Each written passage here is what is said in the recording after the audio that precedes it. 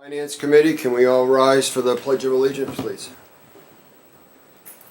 I pledge allegiance to the flag of the United States of America, to the republic for which it stands, one nation, under God, indivisible, with liberty and justice for all.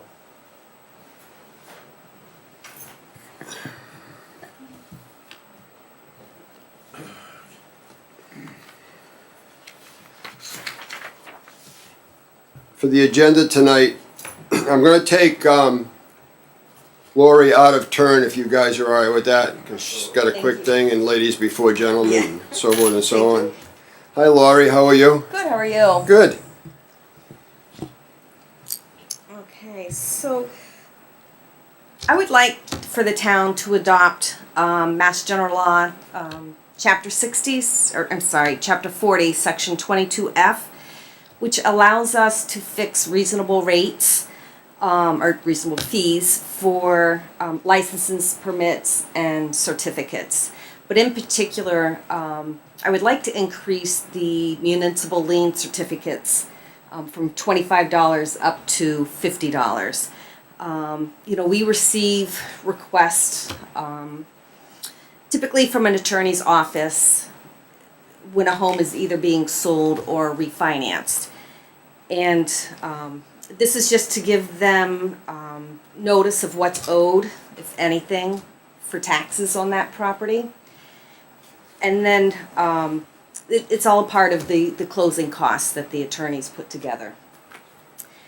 In fiscal year 17, we issued 389 MLCs, and in fiscal year 18, we issued 467. So for fiscal year 18, we collected 11,675. So if we are able to increase it, that doubles the fees that we're collecting. And this is what's added on to the closing costs. This is add on to the closing costs, so it would be the buyer's responsibility to pay that fee. Where is this in line with the other towns? So I did a survey, and out of 21 out of the 27 towns within Plymouth County, they're charging $50. And this takes your department roughly how long to go through and process all of this? And It can vary. So we get the request in. We have to look at the property, run reports, and then I get it so that I review to make sure that everything is accurate, sign off on it, and then it gets mailed out. So we probably get, if we get, maybe 4 or 5, sometimes up to 10 a week on this. So But it takes it takes. yes, so between you and the other staff, it takes per one about 2 hours or something close to that? The time it's I wouldn't reviewed? say it would take 2 hours, but 1 hour? yeah, probably. I'd imagine it would depend on how involved the property is, how old Exactly. it is, how far you gotta go back, how Right. much digging you really have to do. And if after they give it to me and I find any issues with it, then it has to go back and have further research on it. And then those are mailed? And then they're mailed out, yeah. And So we pay the postage? no, we don't. The attorney sends a return envelope. Anybody on the board have any? So, what I'd like to request that the Finance Committee sponsor this, because it has to be voted on at the town meeting. So I would like this committee to sponsor that article at the next town meeting. I don't know, I just find doubling, I know that it goes into line with the other towns, but, one of the things I hear from so many citizens in this town is of the fees that we have to pay, which I get it's not a lot of money, but And it's only for the new people, the brand and new not people so much in the new town. people, because some people refinance, but it's up to the buyer, or the refinancer. And just to for pay for clarification, it, you're but- not being asked to approve the fee tonight? No, You're being just- asked to approve and support the legislation that would then empower the selectmen when they do their annual review of fees, that when a staff member comes up and says, it takes me an hour to do each one of these, and by the time I touch it and the other staff touches it, and we're charging less than we're getting paid to do that, so the town's losing money on that, that that would be an area where we would want to raise the fee to cover our cost. And I Right, think that's what exactly. Lori's really trying to say is Yeah. that the cost that we're charging does not equal the amount of effort that's put into it. And I think what's also important too is this is a user fee. So in essence, everybody around this table that isn't closing on their house, we're paying town staff for one person's benefit. And that's where we get into the user fee is that one of the things the government tries to do is if you need something specifically, that you should cover the cost of what that effort is specifically.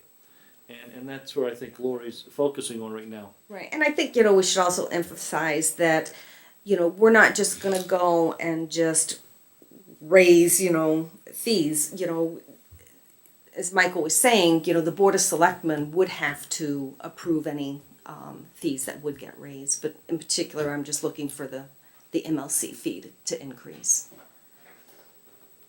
MLC, what's this? Municipal lien certificate. Okay. That answer that? And that's the only fee you're asking for us to back tonight? Or So it's you not so said much the law, to is there back any other here, fees? so, yes, but again, the law is to give authorization and for the Board of Selectmen to approve those To approve fees these. that, yeah. So, like Michael was saying, we're not looking to have you guys approve and adopt this law, it's just to give us support at the next town meeting. So with this, if the town adopts this, then the Board of Selectmen are then in charge of the fees and what the rates are? Correct. Yes, I mean, we would bring the recommendation of what we think the fee should be, but it's up to them to approve that or not. And It's of a course, check we and would have balance. It's not like a department head can just raise fees. right. It has to be, it has to be the board or the department head that says, okay, I'm losing money on this from the town, everybody else is paying for this service and it's gonna be a user fee. Right.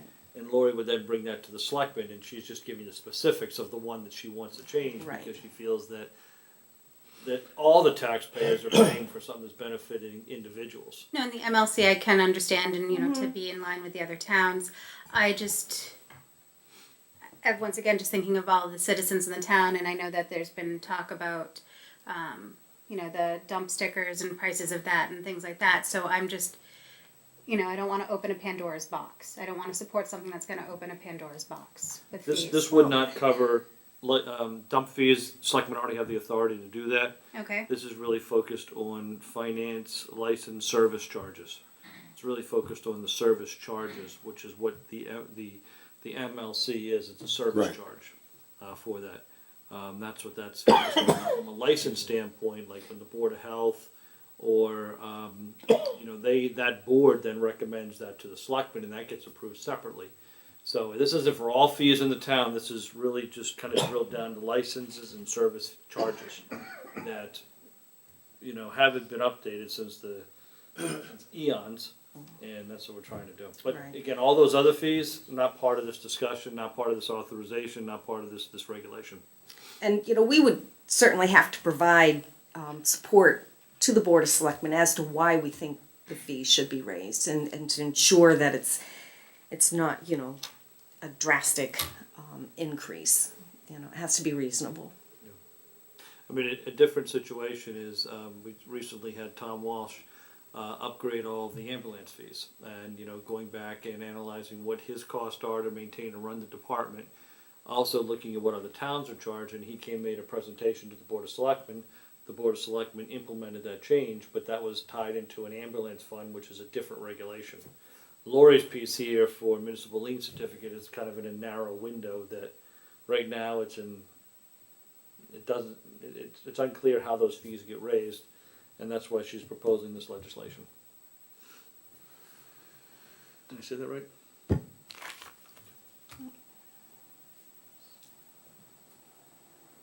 Okay. Here it comes. No, just municipal lien certificate. I guess I need to be educated on what that means, So the attorney, when somebody goes to sell their property or refinance their property, they have to verify if there's any outstanding taxes that are owed on that property. And then say we're in between quarters, the current owner would owe the taxes up to the point of the day of sale, and then the new owner would pick up the taxes from the current day onward. So it's just, and it's a part of the closing costs, so when you go and you're closing on a house, you know, it's figured out, this portion of the taxes belongs to the prior homeowner, this portion goes to the So you're current homeowner. processing that information is what it is.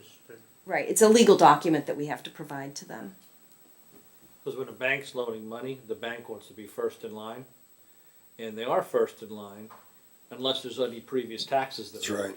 Right. So they have to get this official legal certificate from the town that says, I'm gonna be closing in 3 days at 4 PM. At that particular point in time, so they have to forward calculate this, the taxes are gonna be X and Y. And then that certificate says that, so when they do the closing, buyer pays this, seller pays that. The two checks go to the town, and the town gets its payment. Right. And it's part of any legal mortgage closing for projects. It's also used sometimes for leases too, but mostly for mortgages. So it's only a fee related to real estate MLC. transaction. Right. not, you So know, I'm sure you pay cash for everything that you own right now, so you would not need a lien certificate, so you wouldn't have to go get one done. Okay, I just know how tight you are about it. I just wanna make sure what I have to do when it comes time to. $2. I think that as much as we're trying to control costs in this town as far as taxes are and keep an eye on what the residents and the commercial property owners are paying, part of that whole picture comes into keeping our costs in line. So it makes no sense to me to spend $50 to produce a service that we only charge $25 for. And I can certainly see maybe in a brand new piece of property, it's a pretty quick, you know, you might have to go back to where the property was subdivided and who did what at that point. But if you buy a house that's it's been sold and resold and resold and resold, you know, there's a lot of title work on the attorney's part to go back and dig up. I had a friend of mine that refinanced their house, and there was a 1932 mortgage lien on the property that nobody had found. It had been mortgaged and so forth and so on, and then a developer wanted to buy the property, and they discovered this lien that had never been released. So it had to go to land court, and it was all kinds of craziness that had to happen. And it was for a $2,000 mortgage on a multi-million-dollar piece of property.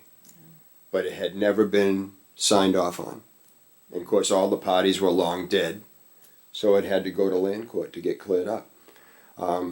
So a tremendous amount of work goes into that. I can understand what your office goes through in preparing the documents. I've done some purchasing, I've done some refinancing, and you always see them stupid little numbers in the end. You know, it's $12.98. The interest on the loan is $3.70 a day, and you know, it gets crazy like that. But it's somebody has to actually sit down and calculate all this stuff. So personally, I don't think it's out of line at all. But that's just, you know, up to the board. Right. It's the pleasure of the board. Again, just one other question. This Sure. is the only fee, though, or is there This other is fees? the only, so I know what this I'm is the one asking you're you- emphasizing right now. this is what I'm emphasizing on. But does this allow you to do other fees than you're It coming out of your wouldn't- office? So this would allow for other fees, but the request for an increase of fees, once this general law gets approved, would have to be approved by the Board of Selectmen, Selectmen. right, You know, for I each and couldn't every just one. say, okay, today I feel like charging, you know, $50 for a demand fee. You know, I couldn't go ahead and just raise They that. have to be standard and then put it Right. across the board. Yeah, Okay. and just, you know, we've given the example of the municipal lien fee, that's the one we know is broken. But the fee or charge being collected immediately prior to, so be for any license, permit, certificate, service, or work that utilizes until a new fee or charge is fixed. So it's broader, that there are other fees that can be charged. but Right. Right now, that's the only one that anyone's focused on, because we know that one's broken. Right. And again, the board of selectmen still have to approve each and every one. Right, it's also Everyone. something that she said, there's 389 transactions that took place in 2017, 467 transactions in 218, so it's a significant time commitment. Mhm. You know, we're not worried about the onesies or twosies that happen 1 or 2 times a year, those don't matter. Right. It's this stuff that's, you know, even if you take an hour per time, you know, at 467 hours, that's 10 weeks out of someone's, you know, effort, you know. And this money is just, where does that fee go? Is that just into It goes into the general fund. general fund into the town, yeah?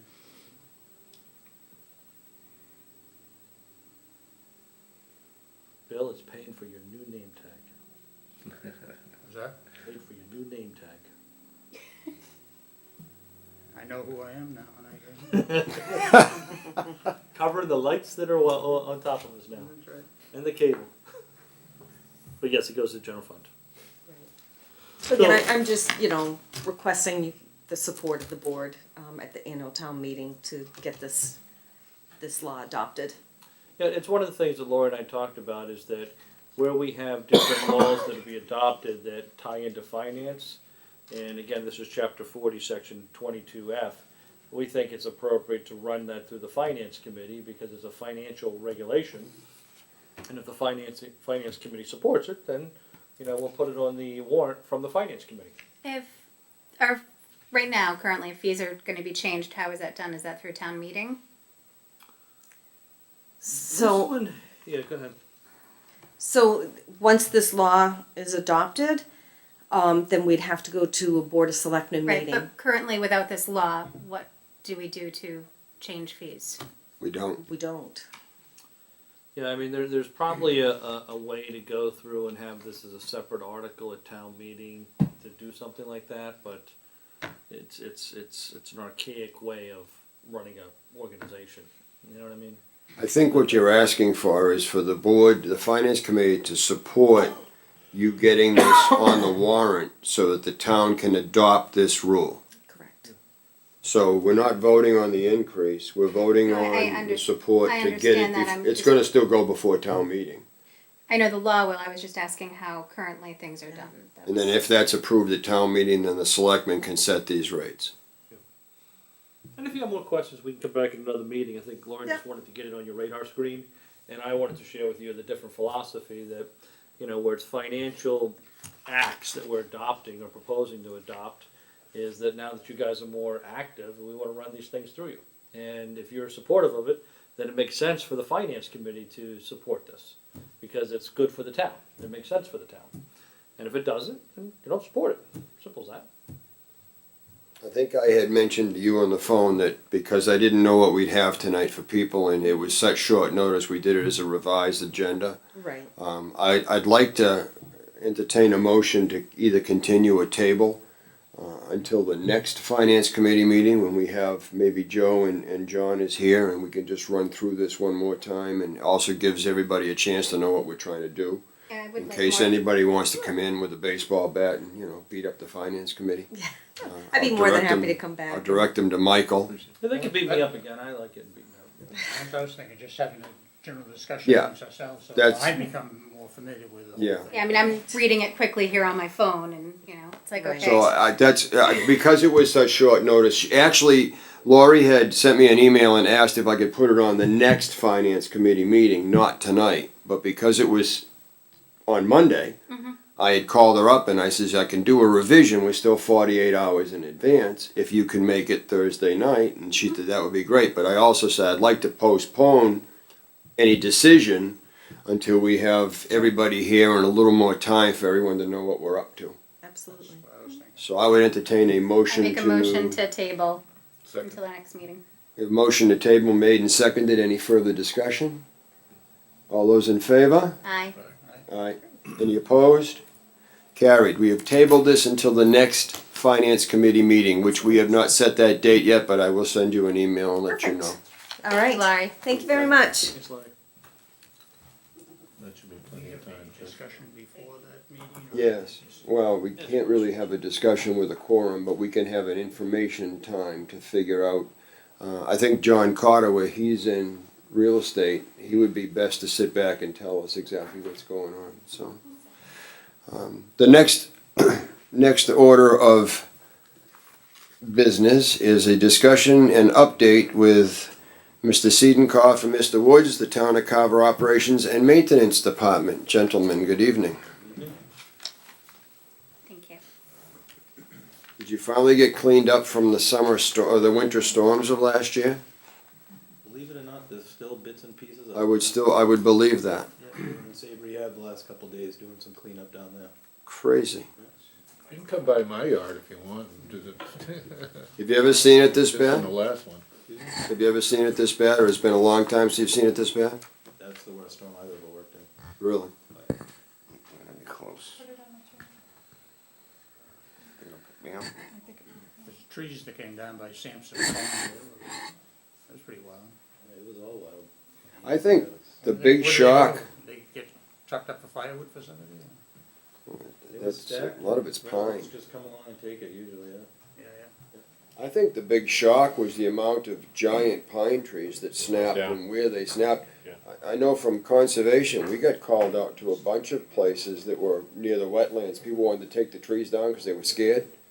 Big giant pine trees, because the one next to it had snapped off at like 12 feet, and there was talk about red rot and everything else. And, you know, these trees look perfectly healthy until they just broke. I'm trying to get some trees down now, and it's January. The guy's giving me on a date to come down by. Yeah, my son just called. My son called too to have some trees taken down in his yard. He's putting up a garage, and the guy said, "Good thing I like you, because if I'm booking June." I've been calling tree companies and a lot of them are booked till up till June. Oh, yeah, that's Crazy.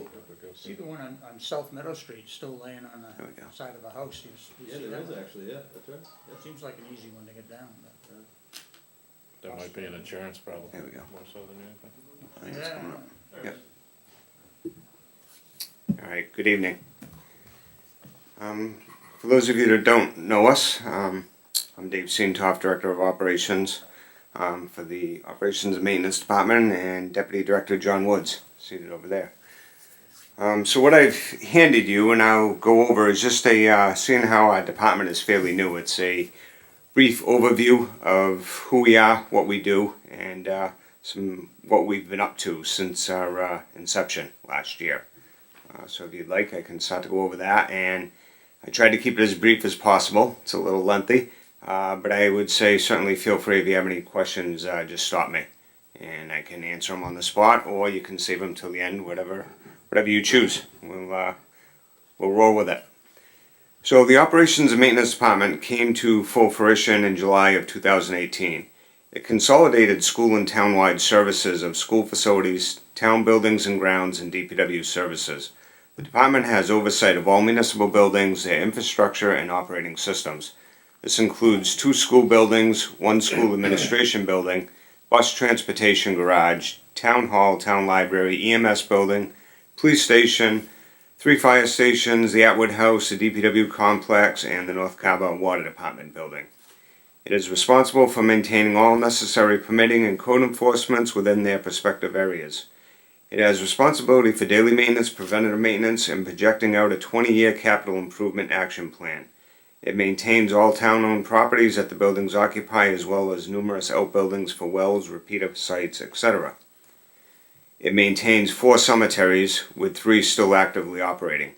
All burials, plot histories, and future plans are done by the department.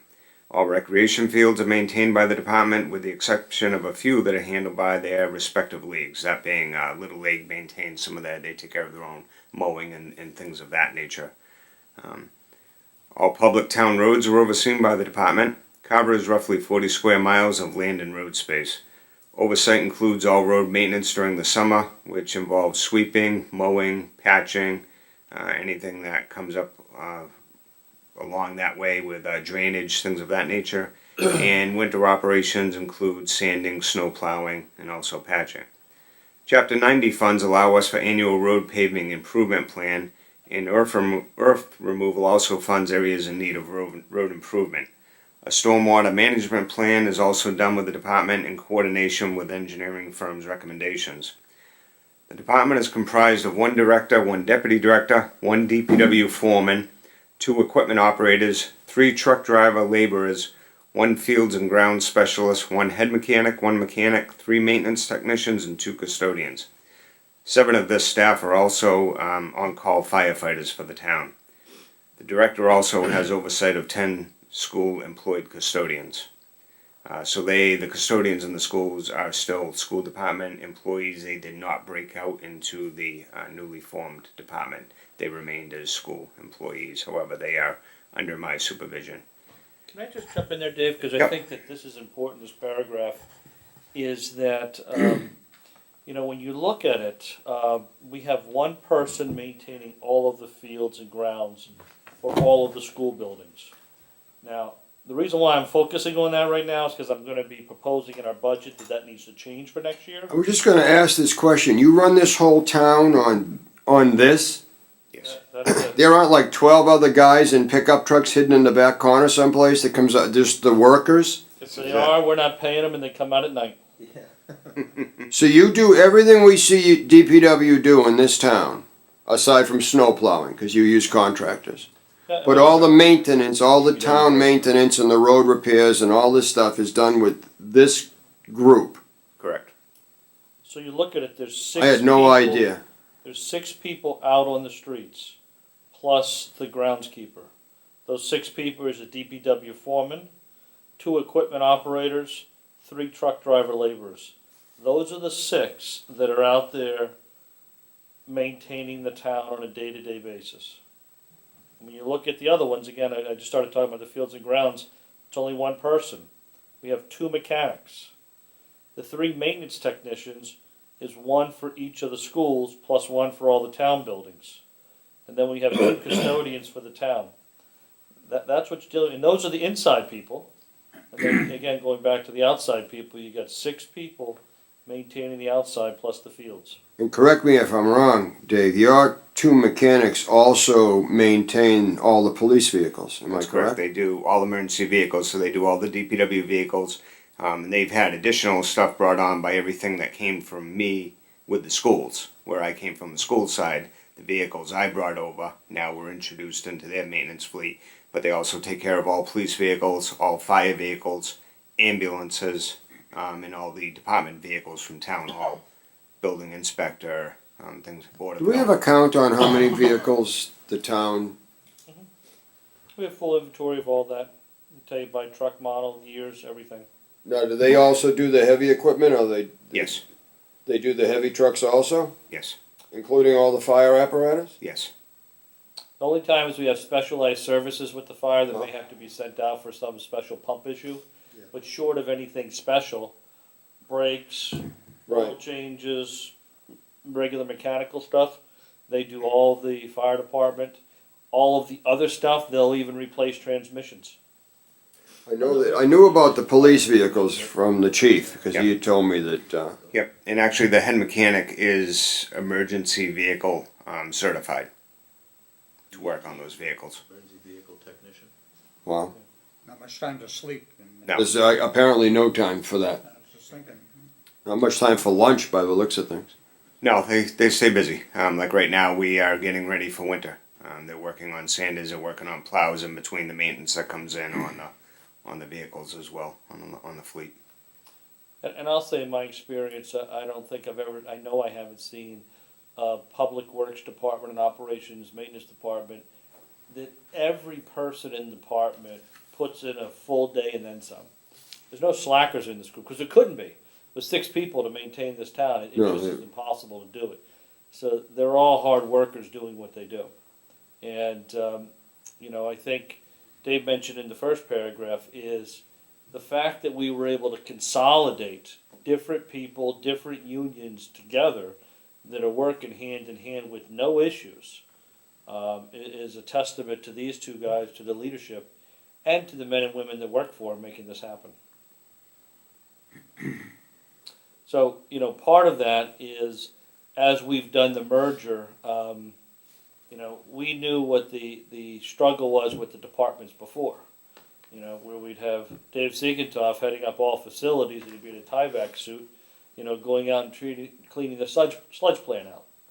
And, and then when we see these guys, processing all the payrolls and all the bills and everything, It's that this year's budget, when it's presented to you, I'm gonna be coming back to this issue because, you know, this department is the most grossly understaffed to maintain the new infrastructure that the town has purchased.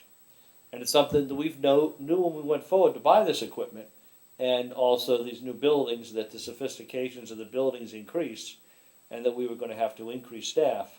And, you know, we wanted to see how this merger was gonna work to try to identify where those needs are. And so I will be coming back to you at a future meeting, but I just wanted to take this point in time because I think it emphasizes, before Dave gets into his 3 pages of bullets of everything they do, who's doing it.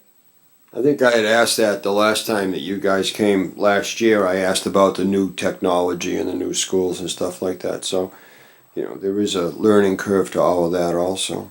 There is, and actually, if I go back to my screensaver right now, there's about six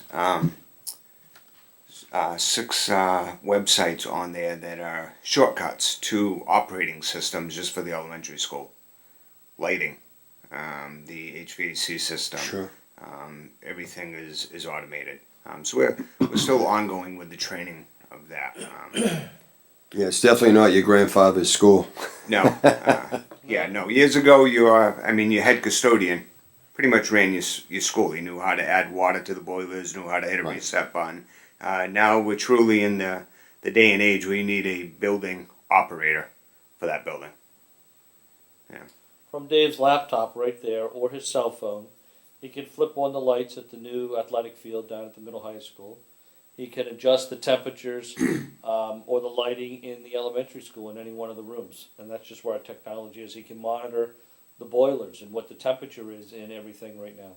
And I would venture to guess if something goes wrong, that same phone will alert you to that. Yeah. We have critical alarms from the elementary school. I get texts on my phone.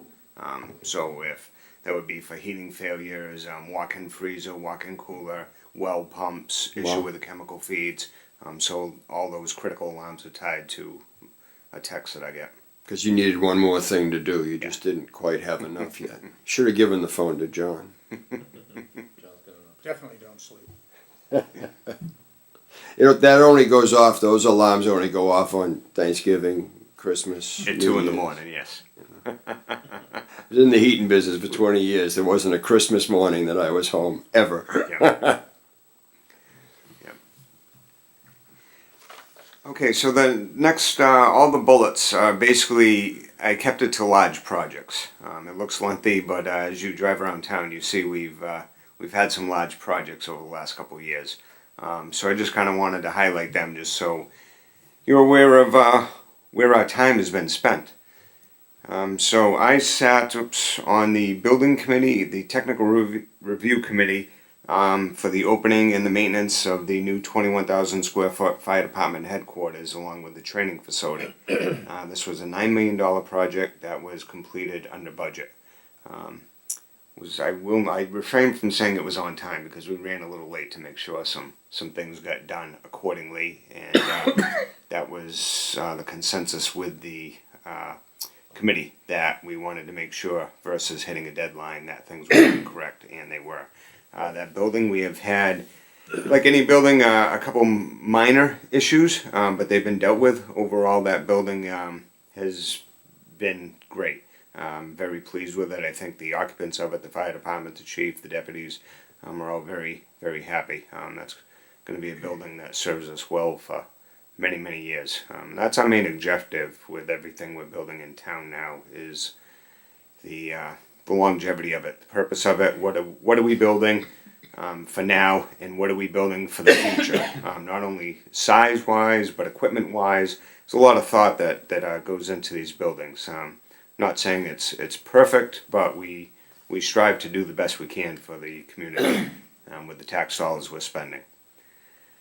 The next bullet, I sat on the building committee and had oversight and maintenance of a $5 million accelerated repair project at the middle high school. This was done in conjunction with the MSBA. Accelerated repair projects, MSBA, which is the Mass School Building Authority, paid us 50 cents on the dollar.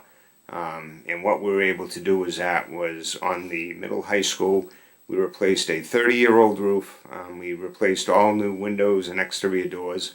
There was also an additional building envelope upgrades that were done at the time while we were doing the windows and doors. That included some repointing, some mortar work, things that while they were there it made sense to do while we had the labor there. And then we also installed 3 new high efficiency condensing boilers, the pumps and the controls in the mechanical space. And that was completed under budget as well. That is now done. That project is closed out, finished up this year. The next, over at the middle high school, we decommissioned a wastewater plant and had a Title V field installed. The building there will be repurposed as a grounds garage. That is a project that we're hoping to get accomplished over the winter to repurpose that building. And that was all part of when we looked at where the elementary school was going to go, because the wastewater treatment plant was not in compliance with DEP regulations, so it needed an upgrade. So we looked at if we moved the elementary school over there, we would have had to do that upgrade to the tune of $2 to $3 million. We had a Title V installed for less than $250,000. So that weighed into our decision of where the elementary school went as well, when we were looking at those projects. And just on that, even without the elementary school, Dave was a kind of the spearhead of making sure that we move forward to a Title V system for a tune of $250,000, because there still was some that were arguing that we still should put a sewer treatment plant over there with all of its high maintenance costs. So again, you had a $2 to $3 million capital improvement plus high annual operation cost. And Dave was able to convince everybody to go forward with the Title V because it fit, and did that for $250,000. So there's a huge savings that he helped spearhead. And virtually no maintenance. Correct. Just semi-annual pumping. Yeah. Versus the operation of a wastewater treatment plant was about $75,000 a year. Well, you need to have somebody watch it. Yeah, I was the operator of the previous wastewater plant. So it might have been a little selfish, the reason why I was pushing the Title V, because he got tired of walking to the Tyvek suits. I blame you. I will not Saved lie. the town $2.5 million. I will not lie. I don't miss that job. Still have the license, but I don't miss the job. The next project we have ongoing is the installation of a new green sand filter at the middle high school, and this is per DEP. This is from manganese treatment, which is it's similar to the same system we put at the municipal well. We have at the elementary school. We are also installing at the middle high school. When we do projects like this, what we're doing is trying to have redundancy in our equipment. If I can keep one item on the shelf that can replace, in 3 different places, that's cost effective. So we're trying to make sure we get, number one, good operating systems, whether it's boilers, anything, whether it's water treatment. We try to buy a quality product the best we can for our money, and 2, we then make sure that we duplicate that in all our systems. And moving forward, we're doing that with technology, card access systems, camera systems. We try to keep everything repetitive and the same. It works well. Next project is John and myself sat on the building committee, and we performed clerk of the work duties and oversaw the opening of a new $4 million track and field project at the middle high school. And this encompassed an entire demolition of the existing track field, spectator bleachers, as well as press box, fencing, and concession stand. Once all that was removed, a new synthetic turf field went down along with a rubberized track, new bleachers, press box. And this was completed on time and under budget. Pretty much that project is closed out. There's still a few punch list items they're working on. Matter of fact, the company that did the synthetic turf is coming back next week after they let you play on it for a little while, and then they have to add more infill, and then they will be training us on the sweeping and grooming and maintenance of that field. So that's actually going to be taking place next week. Yes? Actually, somebody was talking to me about this tonight.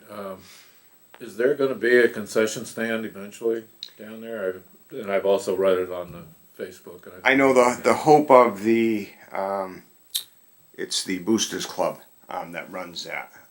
Okay. I know they are hoping to have one. We did not have the money in the project, unfortunately, to put a new one up. But I'll take Dave off the hook. The answer to your question is no. Not from the town standpoint. And here's the reason why, is because when we went to look at building one, it was gonna cost us around $800,000. And that's because you have to do prevailing wage and all of those things. So, given our tight budget we had, we were trying to analyze, okay, how often is it used? And, you know, we were figuring it was about 4 or 5 home football games, where apparently the boosters make somewhere between $6,000 to $10,000 per game or something like that. Actually, I think it was less than that they make. I think it was only a couple $1,000s per game. And so they were going to get a total, of $6,000 to $8,000 or $10,000 a year is what they make on it. And when we were even just looking at the debt service of $800,000, that's $50,000 a year plus, just in straight principal. And we're looking at it saying, okay, how do you justify a $50,000 investment for $6,000 to $8,000? And so from that perspective, you know, we did not have money to put it into the budget. Mhm. From that however, what we did do, because we did have some cost savings, is that if and when the boosters or some other donations come in that want to actually build a new facility, is we've ran the piping and the conduit and a pad where it would go, because you couldn't do that after the fact because you would have to Right, demo tear a lot of everything stuff. down, yeah. So we put in that underground infrastructure up front. Yeah. So that when there is a fundraising effort or a donation or the boosters try to do something, they have the ability to do it. So that's kind of where it stood. It's just that for a town our size to spend $800,000 on a concession stand didn't really seem to make a whole lot of sense. I don't disagree with you at all. It's just There's some people that are very upset about that. I think the boosters are in particular on strike, I've heard. And then I've also heard that the girls soccer has taken over the football boosters, and they were selling stuff at each one of the games, making a lot of money. So yeah, but like Michael said, George, what we did do is we put in the footings, so that our foundation walls, we ran water into the space, we ran electrical into the space, and there is a septic tank already buried. so if somebody donated, say, a trailer for a temporary housing of the concession stand, would that work on that footing? Possibly, yeah. Everything is there. You could, You know, we look just it have up to and go through the proper channels of the building permits and, Yeah, and and things all of the that rest of the nature. stuff, But yeah, go through that. yeah. So we did put all the infrastructure in. Yes. Good to know. And it gives me my arguments. yeah, no, in 10 years, if we're flush in cash, maybe. But hopefully by then there'll be a private solution. Yep. That's why I say a trailer, because there's a lot of people who do it, including FEMA, Yep. getting up a lot of those trailers that they use on Well, that's a good disasters. point too. Yeah. Private solution would be the way to Yeah, go. something just to put it up there temporarily and people could use it. Yep. Yeah, no, absolutely. And if you had a trailer, even if it had, sometimes with those FEMAs, you have those portable bathroom trailers too. Yeah. Is that, you know, again, we've got the water and the plumbing that could connect to anything. It may not be a design unit for that, but it could fit in that area In there. and provide some support for it. I think that would probably be the most logical direction that anybody would be able to go in. Okay. So if you know anybody that works with FEMA that's running for those things, just say it out loud. I do, I'll double check, I'm going in next week to talk to those folks anyway, but the other view is, military equipment, especially the kitchens, the mobile kitchens that we used to have. Yep. Eventually, they use them about 5 years and then they put them in a scrap pile someplace, but they're all still good. And buy them out of a surplus, yard, which is up in New Hampshire, I think. So Dave, See that's if I something can we find can more look at. Yeah, information on sure. that. I'll check, Dave, and I'll get Okay. back to you on that. Very good. All right. Next, we installed 4 new irrigation wells at the middle high school. Those were DEP told us that we could not irrigate off our one well we had at the middle high school back about 4 years ago. So the 4 wells were installed. Actually, 2 of the wells now irrigate all the landscaping that is around the new track and field, and the other 2 presently irrigate the soccer field, which we rejuvenated last year, the upper soccer field near Pond Street.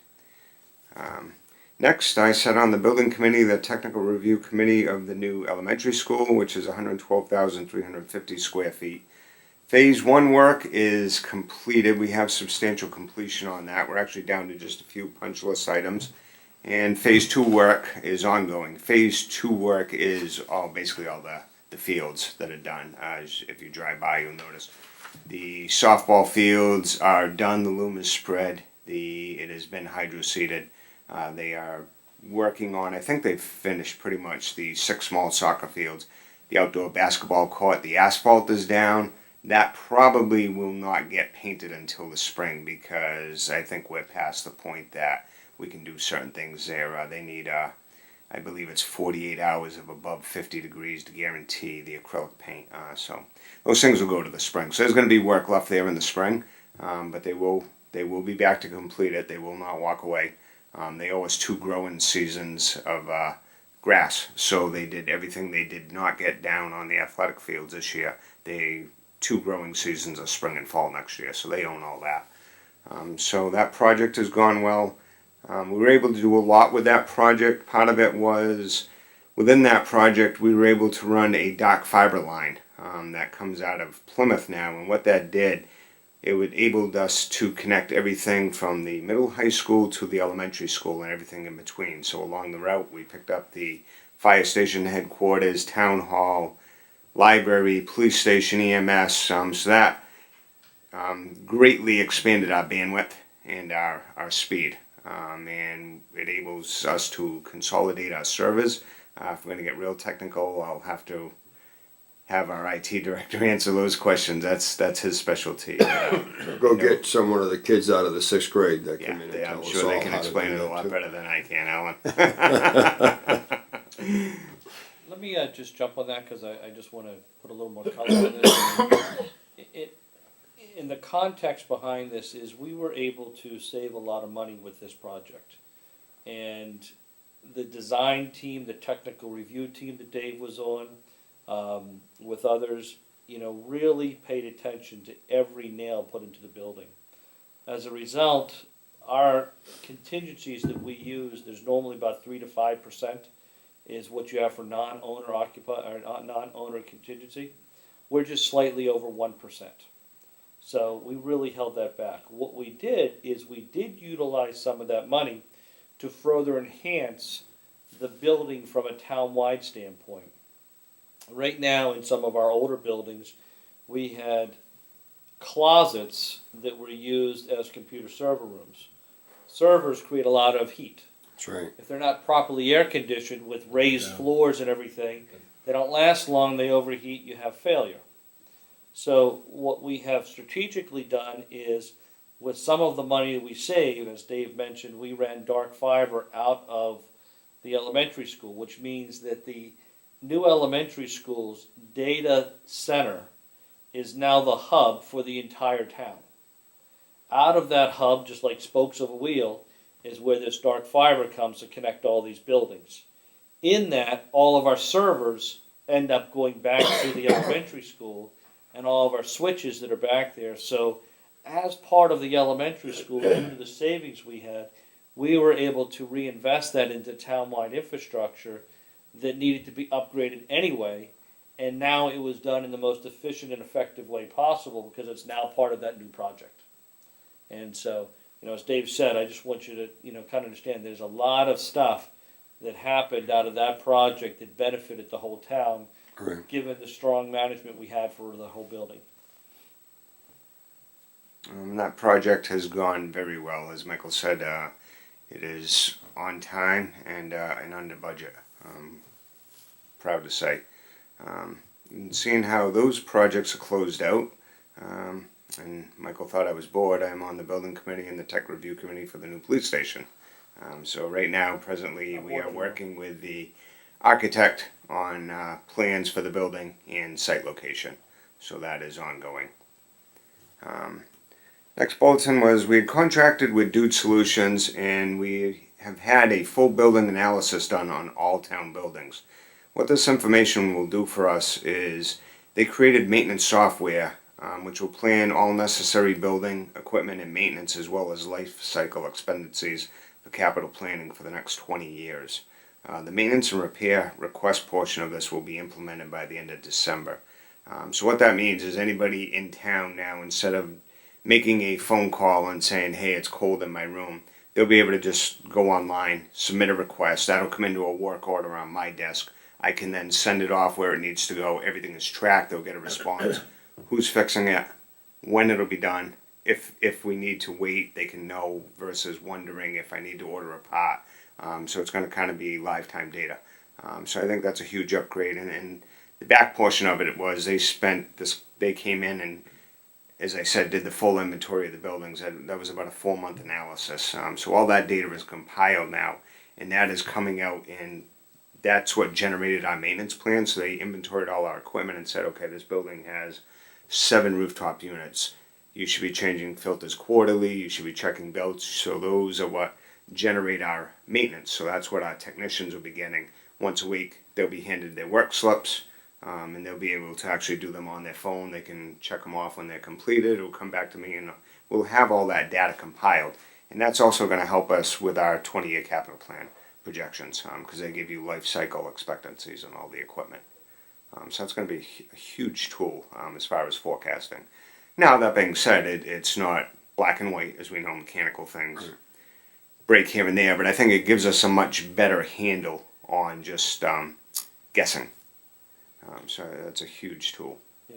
The town historically, due to no fault of anybody, but due to a fault of proper resources, has always been reactive. This broke, I gotta go fix it. Because we never had the ability of doing preventative maintenance. Right. What Dave just described is that for him and John is this preventative maintenance tool with the school dude, that one of the components of all of the capital stuff that we're doing is that capital preventative maintenance plan will be built into the capital budget going forward. Won't be this year because we won't have all the data because the plan's already done, but for next year we're going to build it in there so that everybody's attacking things before they break down, or that we have a part on supply. When it does break down, we can quickly pop it in there versus somebody saying, what's the part, where do I get it, what's the inventory, where's the schematics? It's all in everything Dave said. And that's why we have now called our maintenance people, they're now technicians. Those 3 people, 1 at each school and 1 for all the town buildings, they're technicians that are running all of the maintenance components. All right. Next, John and I, we assist with the daily oversight of the contracted water operation services, and we also sit in on the North Carver water board meetings, just to provide any assistance, seeing how we kind of oversee the day-to-day operations. We do have a capital plan for all our vehicles and equipment. However, this past August, we had 5 pieces of equipment taken off the road due to state inspections. All 5 of them were due to frame rot beyond reasonable repair once they were evaluated. 3 of them were pickup trucks that we use for plowing and also daily part of our work days. 1 was a catch basin truck cleaner, and the other one was a spare sander truck. So what we're doing, one pickup truck will be in next year's capital, I believe. The catch basin cleaner truck we have a plan for, and 2 of the pickup trucks are being purchased this year where they are necessary tools because that hurt our snow removal fleet. Just on those 2 components, as I mentioned, we had savings with the elementary school and with our field project. So the 2 pickups, 2 of the 3 pickup trucks we lost because of the state inspections were the 2 that were used at the school. So in our vehicle line items, so to speak, within those capital projects, we were able to buy those 2 new vehicles that were ordered last month, so we have them for this winter.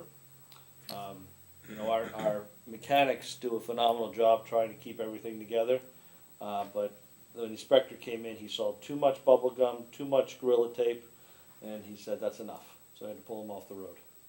So, I think it's important to note too that these trucks most of them were over 20 years old. Yeah.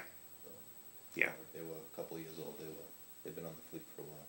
And Yep. so with that, we reshuffle the fleet a little bit and put, you know, our high priority trucks are the newest, and then lower, and we schedule them around. Sure. All right, let's see, another project, we're involved in the extension of the Plymouth Street water main that serves houses that have been previously contaminated by the old landfill. And this project is in the engineering stages. John and I help out there where we can. Another project that has been, the funding has been approved is this winter we'll be looking at options into new HVAC systems that serve the public library. That funding was approved at town meeting last year. Didn't rush into it. Things weren't in total disrepair, but we wanted to have the funding available. And I'm going to look at a few options to make sure we're making the best purchase for that building. So I'm going to look into a few different things. And that's a large enough project where we're going to be hiring an engineering firm to spec everything out. It's not like a one system. I believe there is 13 systems. I could be off by one, but I believe there's 13 air handling systems in that building. So we're going to be looking at some options there, how we can do it most efficiently and effectively. Another one I'm going to be looking at is Town Hall here, the exterior. We have money put aside for that. What we have here is a masonite siding. We have a few areas that are starting to fail. Not saying we need to reside the whole building, but I'm going to look at some options and see what's the best route for the town to go. And then you'll see that project happen next summer as well. Over the last year, we did multiple maintenance projects at the Atwood House. We're trying to keep that in compliance and as well as welcoming and comfortable as we can for our seniors. It's an older building. I think down the road we don't know what the long-term plans are, but we know we're not moving out of there tomorrow, so we have not forgotten about it. And when we get a call, we take it. We just repaired the walkway up to it. We had a little crumbling issue, so that was repaved this past week. So short of if we have anything, and I don't see anything catastrophic happening there. If something did happen, I think we'd have to evaluate it at that time, but we do not see that happening at all. So we will continue to maintain it to the best we can. On to last March storm. I know we were talking about that earlier. So during the storm, we worked along with police and fire around the clock trying to keep the roadways open and passable for emergency vehicles so they could respond to calls. The cleanup took months for our department and along with a contractor vendor did roadside cleanup in the aftermath. So during that storm, that whole weekend, pretty much, we kept the roads passable. And then it was months with the cleanup. I mean, we had 2 loaders out during that storm, just going where needed. We would send saws out, cut up, and then the loaders were just keeping the roads open. As you all know and lived it, we had a lot of trees come down in Carver.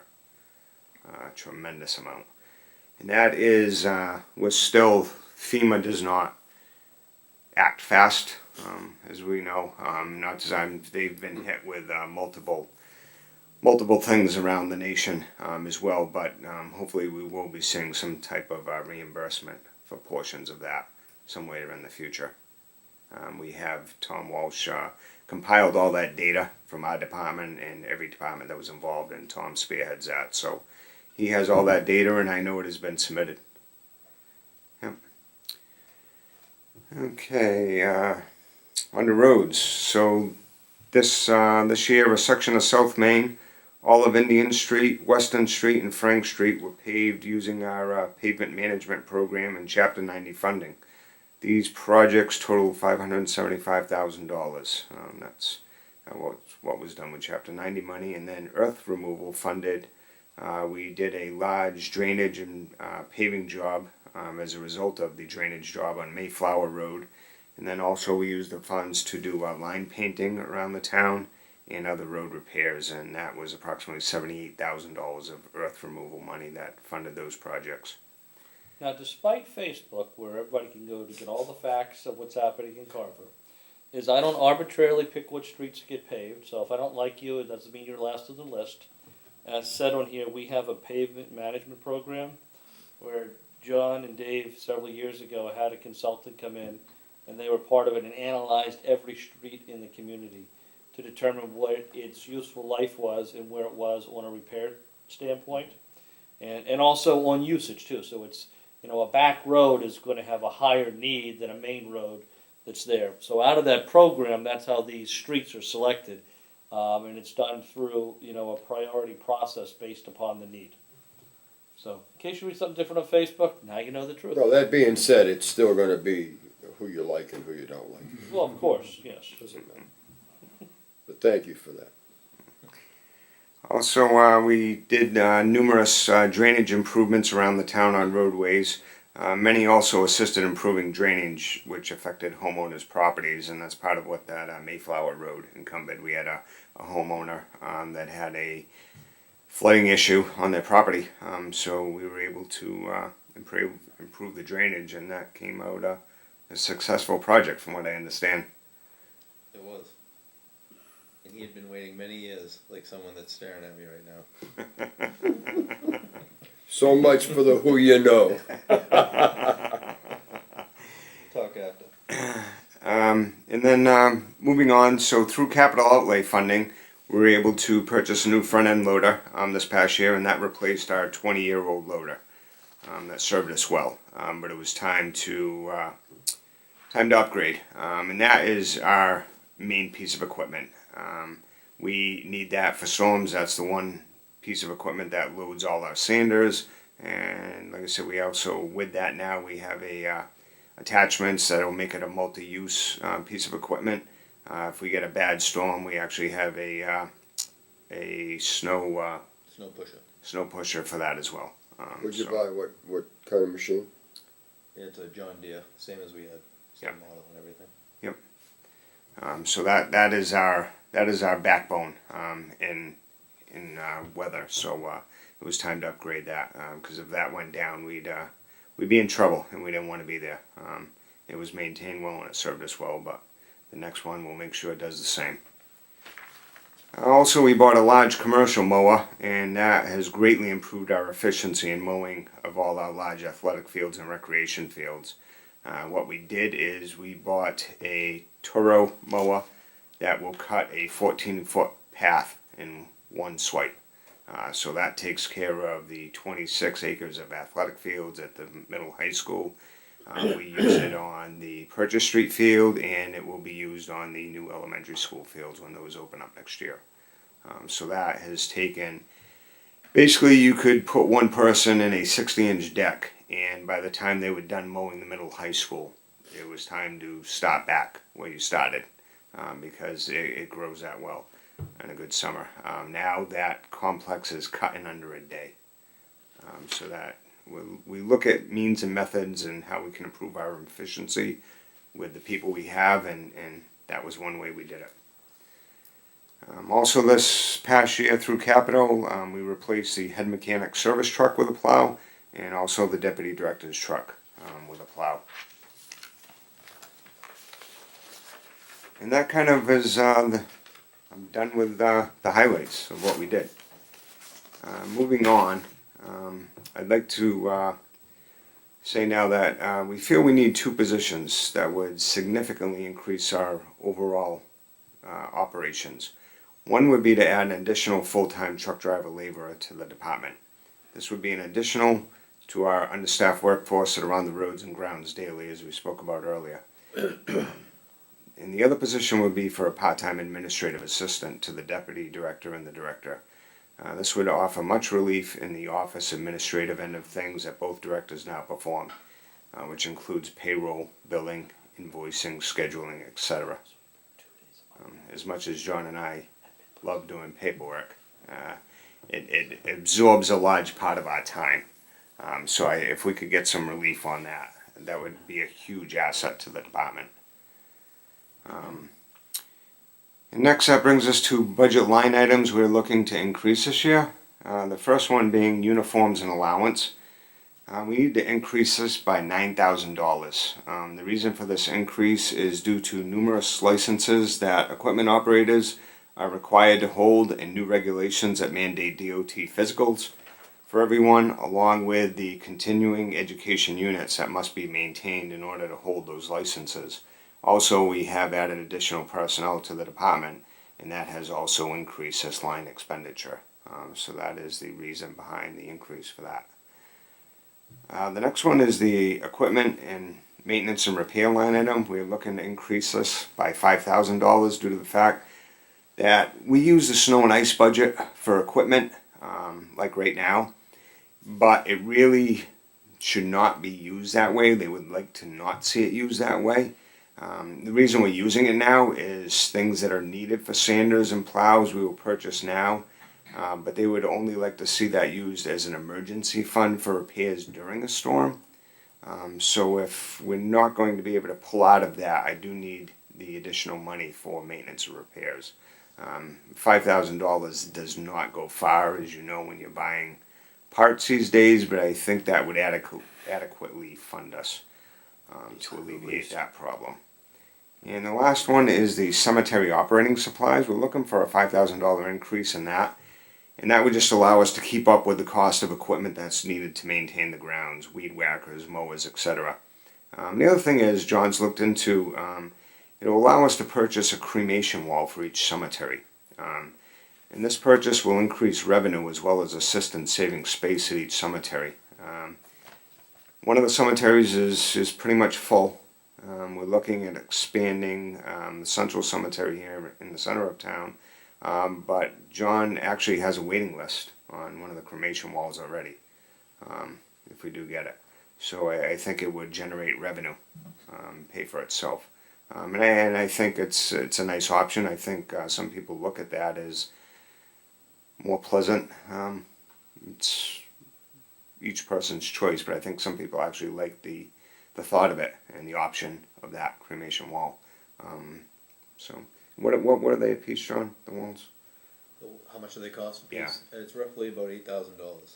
And it has 48 what they call nicks in it, and each nick can hold 2 urns.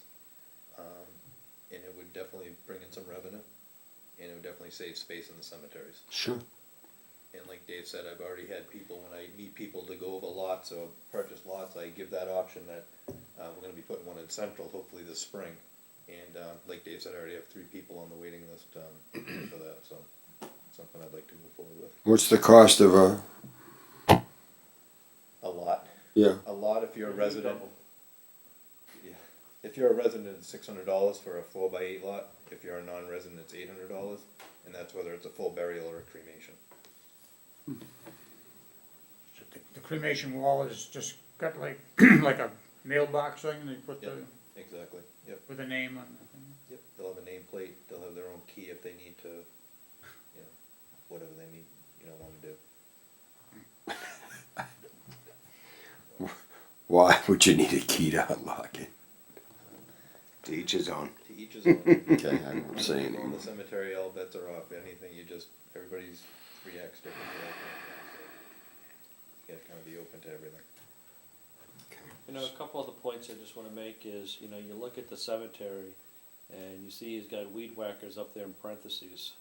Think of how many headstones are out in each one of the cemeteries and how many fences are in there. And when you go by any of these cemeteries in town, you don't see them overgrown. It's done by those 6 people. That's the whole reason that Sharon Memorial Cemetery would not allow stones. All they would allow was markers that were below grade, so you just go mow the whole place. There's not a single solitary headstone.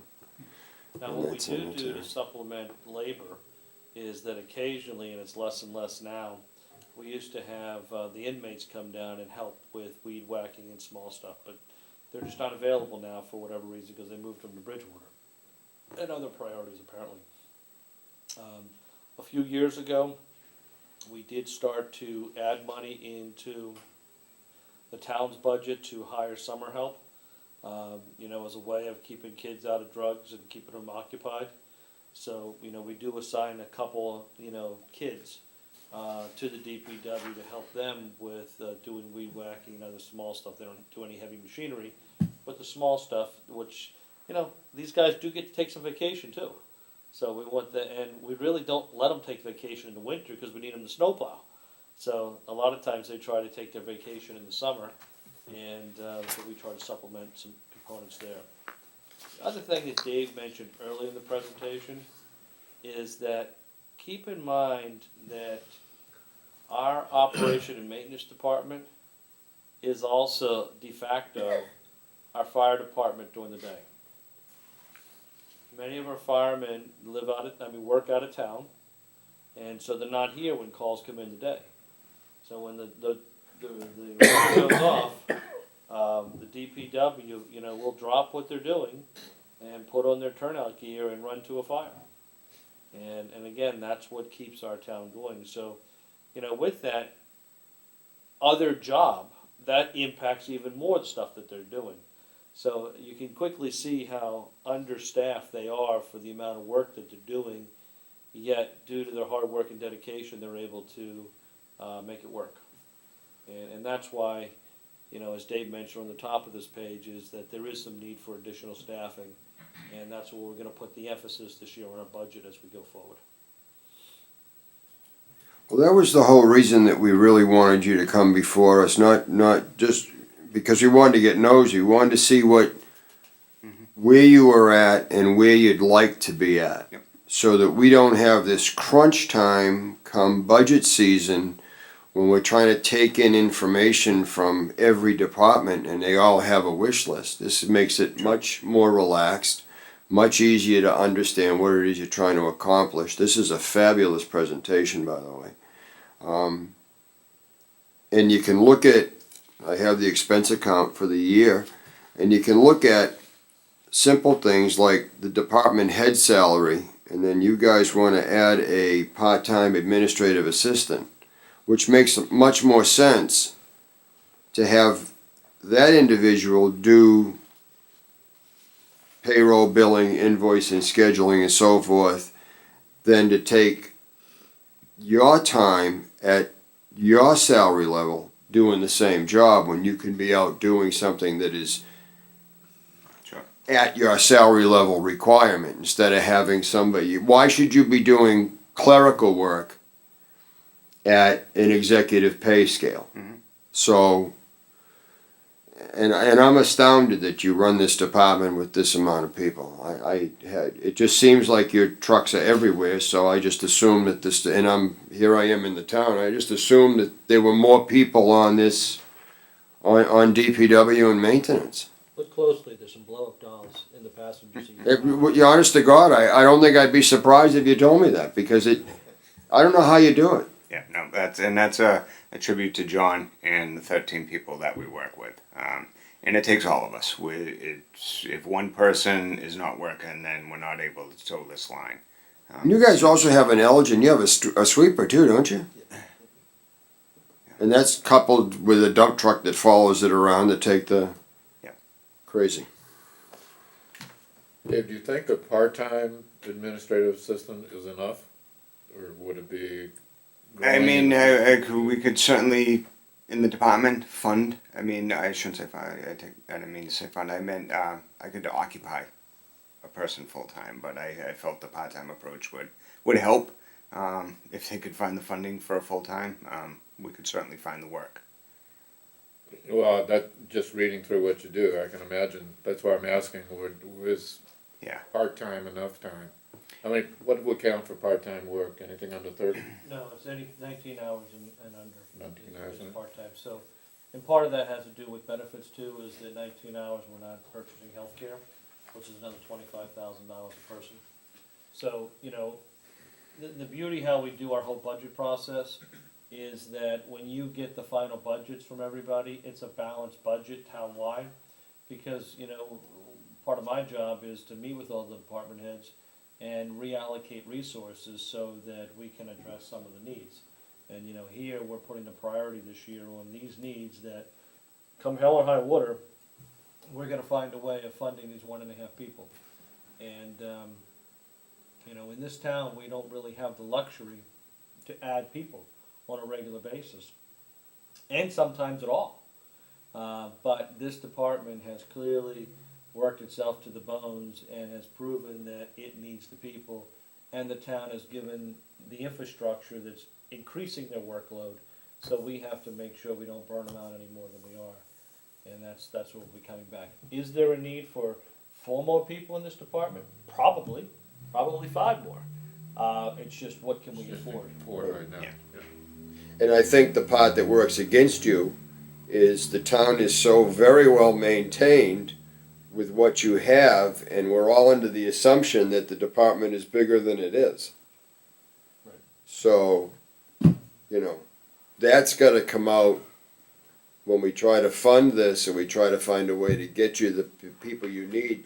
That information needs to be presented to town meetings so that they understand this is what you've got. Cause I think this number would shock a lot of people. Well, like you said, Alan, you send the street sweeper out in a truck, there's 2 guys. It's true, And then you send 3 guys mowing, and then that's the crew. that's it. Yep, no, that's why we, And if you're inside, putting stamps on an envelope, Yeah. that to me is ridiculous. And I understand, because I have no doubt in my mind that the chief's gonna want some police and stuff, and so there's a fine line, and I'm sure that Michael's proven that he's pretty adept at squeezing, Getting blood from a stone. getting blood from a stone. So, a little creative financing, I'm sure we can find ways to make some of this work. The other question I have is, the $9,000 for uniform and allowances, yes. is that 9,000 per year go off into the 20-year plan, or is it just 9,000 for this year? No, that would be continuing. Continuing that, so Yeah, it'll because- grow into that, Yes, and it won't even show up that way. Okay, same with the other ones too, the 5,000. Correct. Go through it. Well, the DOT regulation, I'm sure that your drivers now are in a random drug testing program, so you get that phone call they got today to go get it done, that costs. Plus it costs you to be in that group. Mhm. And then anybody that's holding a hydraulic license and so forth, that requires classroom education now, or renewal, continuing ed. I think that's online, most of that stuff, but you still got, it's like a 2 or 3 or 4 hour thing, right? yep, so these are all costs that we've just encumbered that you didn't have years ago. Any of your drivers hazmat licensed? Well, that's good, saves you there. So that's $125 every 2 years. But a lot of the equipment operators hold, numerous licenses, because all licenses are different, with the Sure. sweeper, the loader, the sidearm mower, catch basin cleaner, all that stuff, so. And I'm sure our state's not gonna give us any money back from those. They're No, they gonna don't. Increase the fees as They we don't. go along down the They'll line. continue to add different Yep. fees. Absolutely. And these licenses get crazy. They get insanely expensive. If you got one operator that wants to maintain these licenses on his own, these are $150 a pop. Yeah, some of the guys spending close to over $500 for their licenses between CDL and hoisting. And then the fee, Physicals. for the continuing education, the DOT physical now is $125. And that's every 2 years. So it's crazy. And, one of the things that we do is we encourage the guys to get multiple licenses, and we help cover those costs. Just because the more they're trained, when somebody goes down or is on vacation, others can pick up the absolutely. slack. So you don't have to shut down a piece of equipment because no one's trained to operate or That's right. licensed to operate. That's right. So we have that. I just passed out the capital budget, and this is the draft that the capital department is reviewing. This is after meeting with all the department heads in town. And really on the top of the page, I want to focus on the green item. The operation and maintenance department in essence requested 5 items. Of those 5, we were able to fund 3 of them. 2 of them we had to push out another year just because there wasn't enough money in the program this year. The 2 we pushed out 1 year was a 1-ton pickup with plow, which is $45,000, and a 6-wheel dump truck with sander plow. We pushed that out as well till next year. Again, we just didn't have the money to do it. They did need a new skag mower for $10,000. That has actually been purchased by the school building project to help mow the smaller fields on there, so we were able to accomplish that one outside of the capital budget, but it was purchased. And then we have the 2 projects here that will be purchased through the capital budget, and I'm going to have these guys just explain what those 2 are. The transportation buildings for both DPW and element in the school, and then the replacement of the Pelican sweeper with the vacuum. Okay. So we'll go to the sweeper first, and while we're looking at that, we had our sweeper to be upgraded anyways, but after we lost our catch basin truck this year, as I mentioned earlier, you can actually buy sweepers now that have a Vector pump on them. So we're kind of looking at, instead of just replacing our catch basin truck, which didn't go out that much, but in order to maintain our stormwater management program, it was used. The sweeper we're looking at purchasing is one of those. So it will replace our street sweeper, and it will also replace our catch basin truck. So it'll be a street sweeper with a Vector pump on it, so we can clean our catch basins as well. So we're kind of combining two pieces of equipment into one. So we moved that up into this year, seeing how we lost our catch basin cleaner. That's that purchase, and the second one Wait, is, just on that, yep. By going with this vacuum sweeper, it's actually more cost effective to run because you have less moving parts, if you want to kind of describe that a little bit compared to all of the moving conveyors and everything in the old existing one.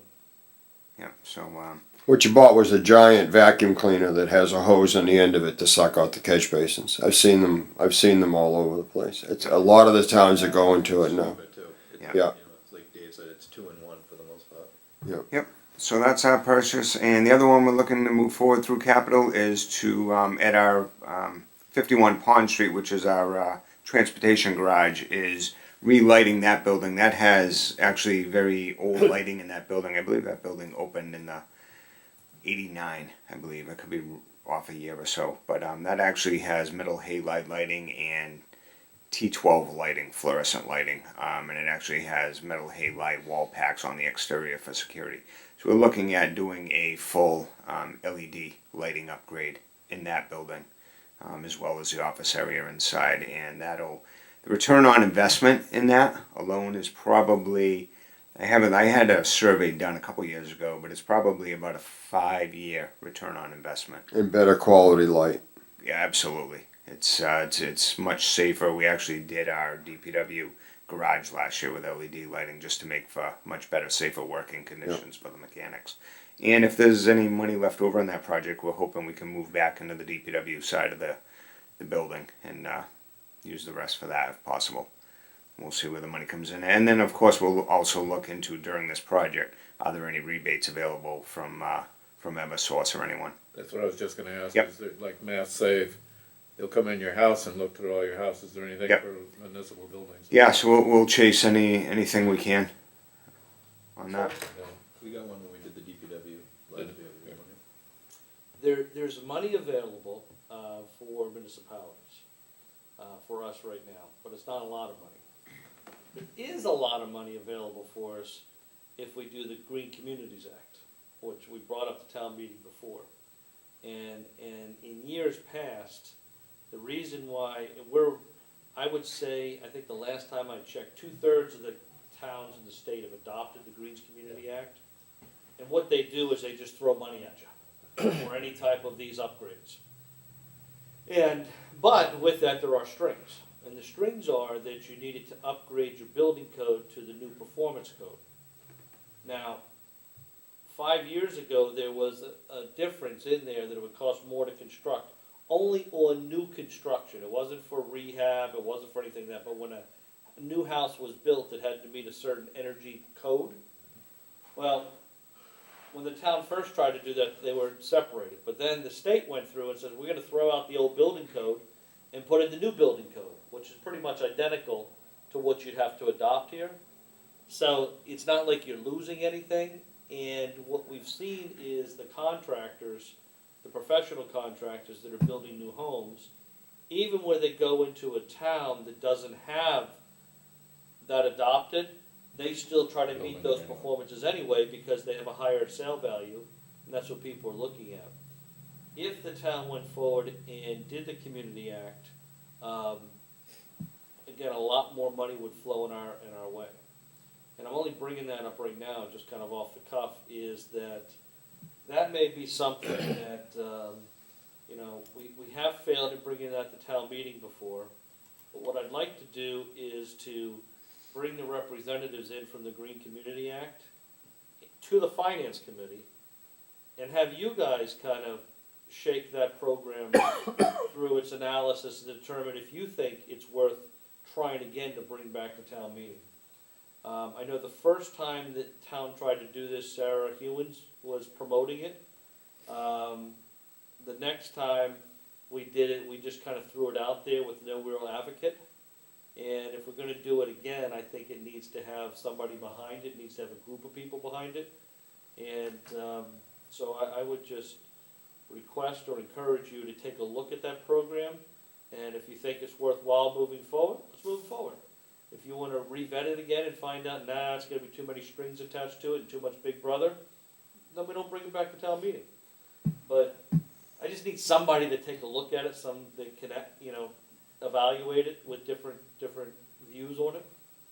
But it does open the floodgates up for hundreds upon hundreds of thousands of dollars of rehab for buildings for all new energy upgrades. It also provides different electrical vehicles for towns that can be used for administrative cars, stuff like that. It opens up, as well as upgrades to some of our older equipment that may be burned.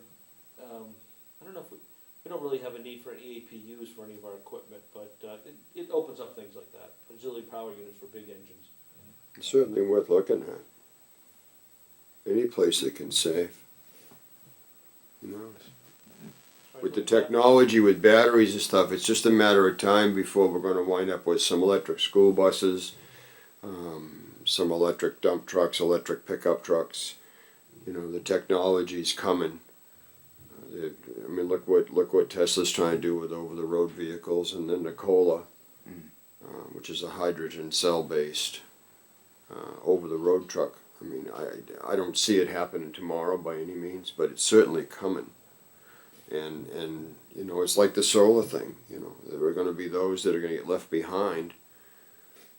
So any place that we can find that'll help the town look at a future project, forecast out, know that we have income without having to panic, and give away the farm to whatever big developer wants to come in and develop 10,000 acres of our land.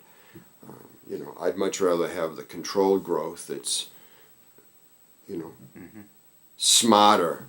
I guess that's what it is. I think it's smarter money is what it boils down to. Well, if we're gonna continue to do 20 years out on the maintenance plans and that type of thing and take a look at this, it only makes common sense to hear as much as we possibly can. Sure. And build that into that 20-year plan too, to replace whatever we have to replace during that. Because it wouldn't have to be done all in 1 year, I'm assuming. And we could go back and go through that, so we could actually work that into the plan. I'm amazed that you can do a 20-year plan. I have a hard time doing a 20-day plan in my house. But I think that's fantastic, and that's a huge step forward from anything I've seen in a long, long time. Well, people have really finally stopped and looked at useful life. Like you can buy this brand new John Deere loader and you know that this is going to give you X years before it starts to not be worth the fixing up. It gets to a point where you're throwing good money after bad. Yeah, so that's what we're trying to But focus. you go back 5 years ago, go back 10 years ago, and the first LED light bulbs and stuff like that, or the tail lights, which UPS went to them in the fleet, they were $25 a piece. Now, you know, they're $4. But when they first came out, they were $25 a piece, and UPS thought it was still a good idea to convert that whole fleet over to LED because they were brighter, you could see them, and they would reduce accidents. They spent millions. But, you know, years later, they're super cheap. So the technology, Yeah, and the technology. if we're not up on top of it, we're going to be behind it. Yeah, And we'll get left behind with it. If you look up here on the screen where my cursor is, right there, you see that Musco lighting link? Yep. That is for the field lights at the new middle high school track.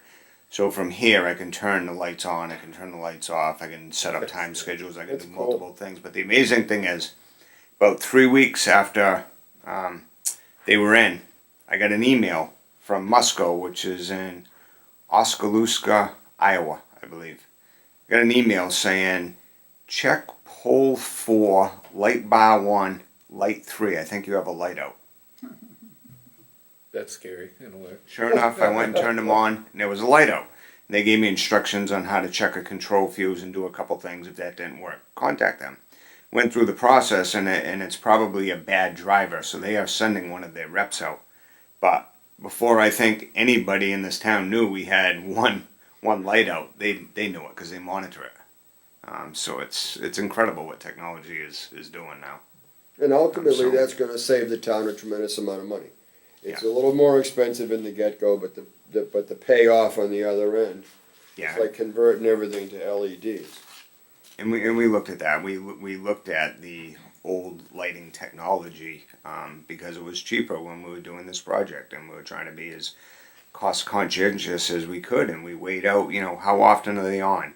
Well, they're not off on that much right now, but we think we're going to be using the synthetic field more. They're probably going to be on more, and it weighed out that we went with LED, and I think it was a smart choice. Same scenario as the 14-foot wide lawnmower we bought. We could have bought 3 lawnmowers less than what we paid for that one. We don't have 3 extra people to do the same amount of Yeah, work. they'd be sitting in the grass. So, we upgraded for the better equipment to be more productive. And, that's what we're doing, just like Dave's talking with the lights. We're constantly trying to figure out how we can spend a little bit more on capital to get a better quality and more efficiency and more flexibility than just spending money on staffing. That's gonna. Well, I was on the building committee with Dave on the fire department, and that's what we built. We made the promise that we were gonna make this a 50-year building. And we looked at every single thing down the line on how we could save and what would last for 50 years. And that caused some interesting conversations, but it worked out well. Very well. You have a lawnmower set up like the vacuum cleaners that'll just run remote, those little round vacuum cleaners, you have them all, you just set the thing going, computer, and. They have those. Uh-huh. They have those. They Do they have them? Oh, They yeah. do. Right. Mostly for, bankings that are really off camber, that someone probably wouldn't wanna sit, cause they could flip over, they have radio controlled mowers to do that kind of stuff. There you go. Any other questions? Thank you very, very much. Thank This is you. very informative. Thank I you think very much it's for. gonna make the budget process for us a lot easier and for you a lot easier, because when we sit down with these numbers and actually sit down with you again, this is just gonna be it'll be a recap. Mhm. So that when it comes time to vote, aside from bringing a couple of the members that are missing up to speed real quick, but, we're gonna have the answers, and that's gonna save a lot of time, so it's gonna save a lot of the crunch. Yep, no, we That was appreciate my you. intent was to save the crunch. Yep, no, we appreciate you having us here and giving us the opportunity. I appreciate Thank you you. coming. Just thinking about robotics in all this process and the mowers that are either satellite controlled or however they work them. On the news tonight, they were showing a robot that was hanging Yes. sheetrock. Right, I saw that, I was just gonna bring that up. So, very slow hanging sheetrock, but, I don't hang sheetrock anymore, so I don't have to worry about it, but. Talking about contractors, worrying about, I thought the job was safe, but. Well, what drives that is workman's comp. What drives Well, that yeah, technology? You go down to Florida and they build roofs on the ground. Because the roofing contractors, the workman's comp rate for a roofer is ridiculous money. So somebody got smart and said, you know what, we'll build it here on the ground and we'll pick the whole thing up completed, pay one guy to go up on the roof and tie it in, and we only got one guy on the payroll for comp. Everybody else is at a different rate. So usually abuse will drive that technology also. So, thank you very, very much. Thank you very much. Appreciate it. Yeah, these guys do a lot of work, and I'm not exhausted. many people see it, all the work. I don't know how you can do, sheetrock's gonna be the worst job in the world. You have it listed out there, you're like, oh, can you do that too? The old Yeah. saying, must be Are these mics off? public sector job, they get 4 men in a shovel. I was just thinking, I could This is see us in a breaking football up the game if we Yeah, start it losing. is. just This shut is down, shut the absolute. lights off Yeah, on just the field. call Dave, you can go on the computer, right when they go in to kick that winning field goal, just the lights. I have the app on my phone, I can turn them on and off. Yeah. That's what I mean, yeah, right? Right in Do the you have middle of that a thing field goal. chained to your wrist, like the, what's the, You can the turn it red into a phone? strobe light when the quarterback's getting ready to throw, or the receiver's getting ready to catch it. There you go.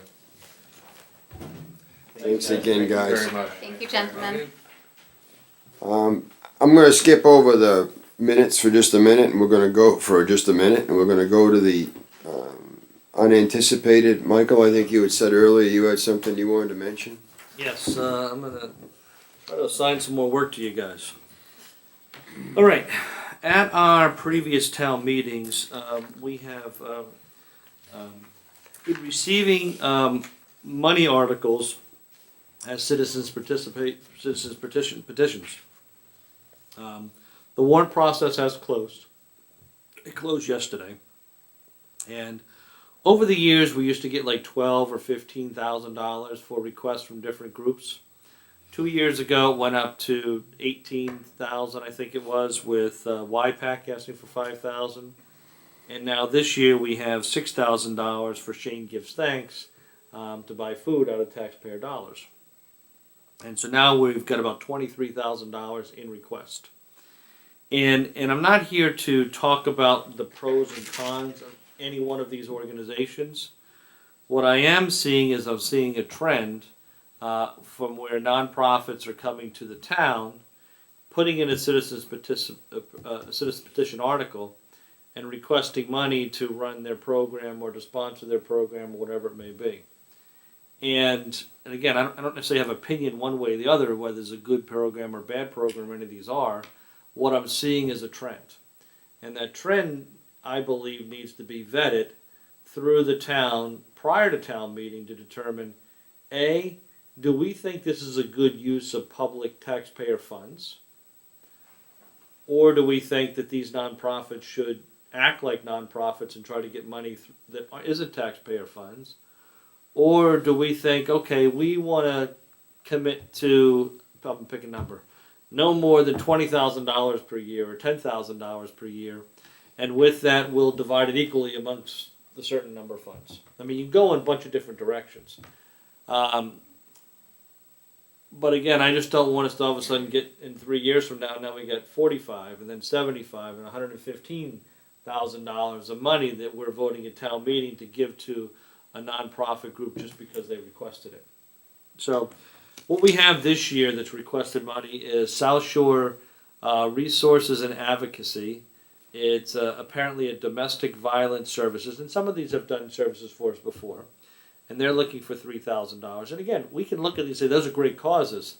That's not the question that I think needs to be analyzed. Right. The question needs to be analyzed is this what taxpayer funds should be used for? And if it is, great. If it's not, that's okay too. But somebody besides me needs to, and I don't get a vote in this, needs to analyze it. We have $4,000 from South Coastal County's Legal Services. We have $5,000 from South Shore Community Action Council. We have $5,000 from YPAC. We have a new, and that was new 2 years ago or last year. Then this year we have a new request for $6,000 for Shane Gives Thanks. And, in talking to some people, they're like, well, I think I should get some money because why is South Shore Community Action getting money? If they're getting money and they're serving some out-of-town folks, which they may be, why can't I get more than them? I should get more than them because they're doing out-of-town stuff. Yeah, this can snowball quick. Well, that's kind of what I'm seeing. I want to kind of get to a point of it.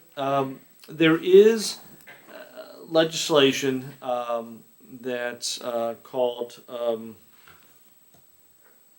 It is called. I'll find it in a second here. It's the anti-aid amendment, so to speak.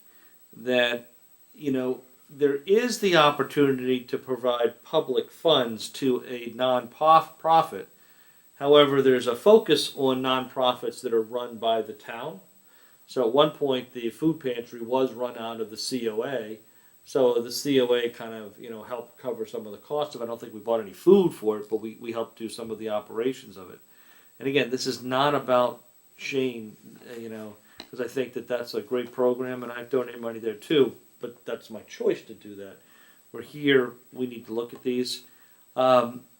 one of the things that town council is recommending is that if the town wants to go in this direction, there should be a written agreement to memorialize the relationship specifically of how the grant funds will be used in those programs. In the past, we just gave the money to the program. They come back and give us an annual report next year. That's a one-pager. And but specifically, where did it go? None of us know. So again, I'm raising this issue because I see a trend, and literally, I think since you guys have become more active now, I think it's a finance committee action to look at, from a black and white issue. Could we do something like if, and these are just figures I'm throwing out, 20,000 a year, like you mentioned, but then have a written grant request from each of these folks that outlined, and then go with that, and we review the grant request and then authorize not over the 20,000 that's been funded by town meeting. Yep. Would that be a You can do that. common sense way of doing things? Yeah, I mean, absolutely, that can be done. Now what happens is when somebody gives us a citizen petition, we have to put it on the warrant as written. And normally what I do with these is I bundle them all together. And, to pick up on what you were saying, probably what I would suggest doing if that was the direction the group wanted to go in, where this says, I request the town of Carver to vote and raise an appropriated transfer from mail fund $6,000 to Shane Gives Thanks, Inc., to provide food for residents through our food pantry program, including our weekend backpack food program run, in conjunction with the Carver Schools, Veterans Food Pantry, and many other holiday and food pantry programs. So it's a wide open thing that's there. That has to be printed. Those can be grouped. But in addition to that, there should be a substitute article that says, even though these are all here and town meeting still has the vote on these, we're recommending you vote these all down and replace it with this article that you just said. Right. That can be done. Again, you got wide discretion on that. Now, it's up to town meeting at that point, but, I can't go to town meeting and say, well, you should do this, you should do that, because it's not my call. But, you guys kind of act as a mini town meeting, so to speak, as we've talked about before, in between town meetings. And you are the finance committee, so that's why I think this type of an issue is best to vet through this type of a group. This is not something that the town is obligated to do, this is just a. You can come back with a recommendation and say, we as the finance committee believe that 0 taxpayer dollars should be spent directly on any nonprofit. Totally your call. Yeah. Totally your call. So is that something we're deciding now, or just No. something we're up for discussion? Something that I would request that you guys put on your future agenda, and part of it could be is that you have a meeting where you invite all of these groups in and say, okay, what have you done over the last couple of years?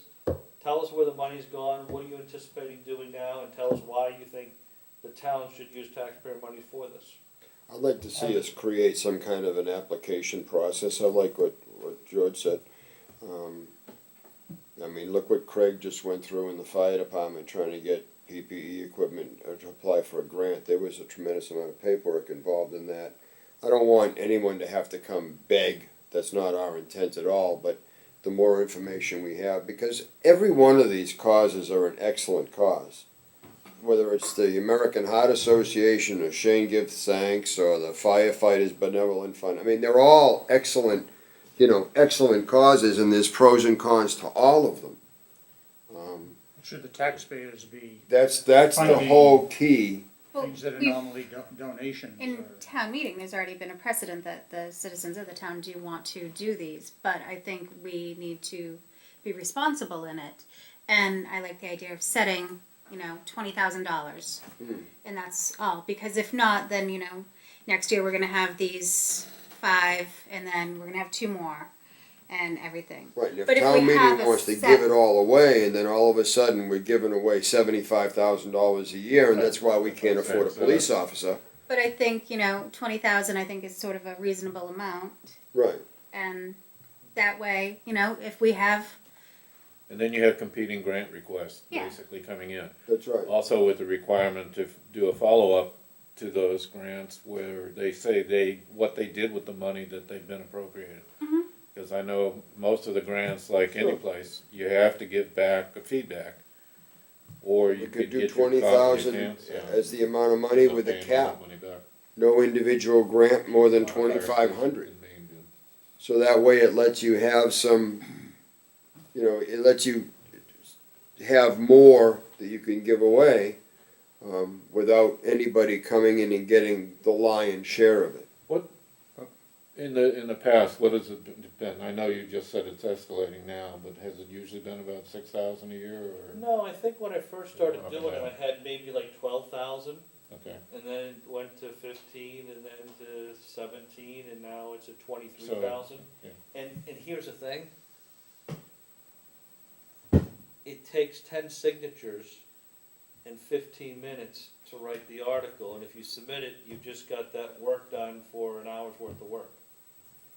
Are you really committed into your program? Maybe, maybe not. But if you have to do a grant application to show how That's you're right. gonna use it and be accountable for how the funds are gonna be using, some people may say, oh, it's not worth it, I don't want the Right. free money. But right now, it's kind of free money.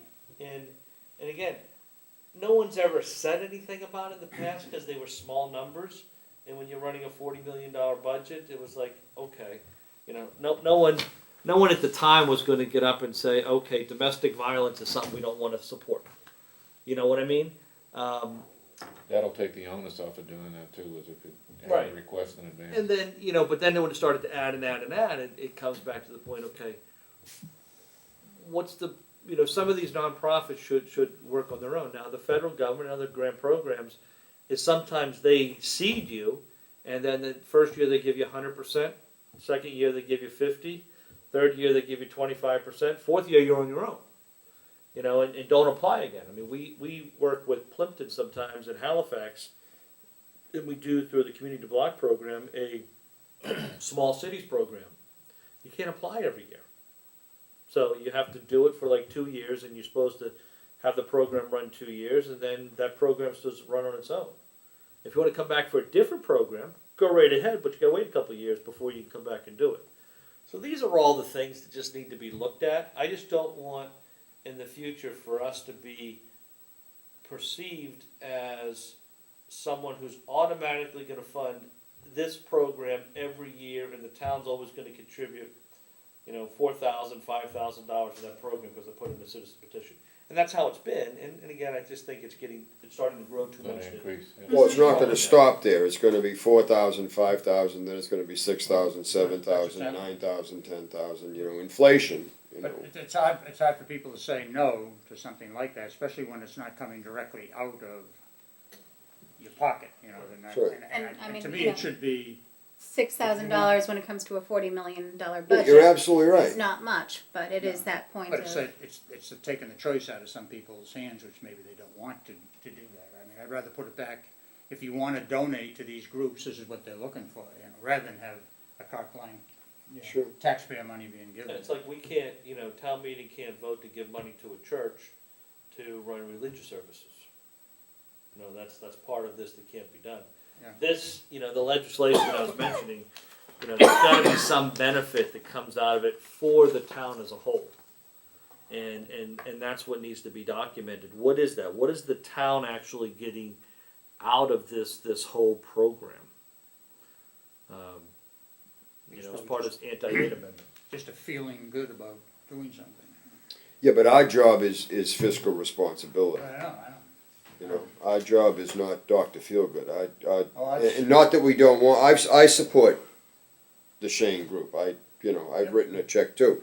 But But everybody can write out. a like check. Michael said, it's my money, it's your decision. Yeah, that's what I'm saying. This is dealing with the town's money. Yep. So is it responsible? Is it what really wants to, what should be Well, done? I like the grant idea because that you're still doing a good job, but they have to be a little more vested into it. They have to be a little bit more invested into the program to submit the paper. As opposed to 10 signatures and a 15-minute, Right.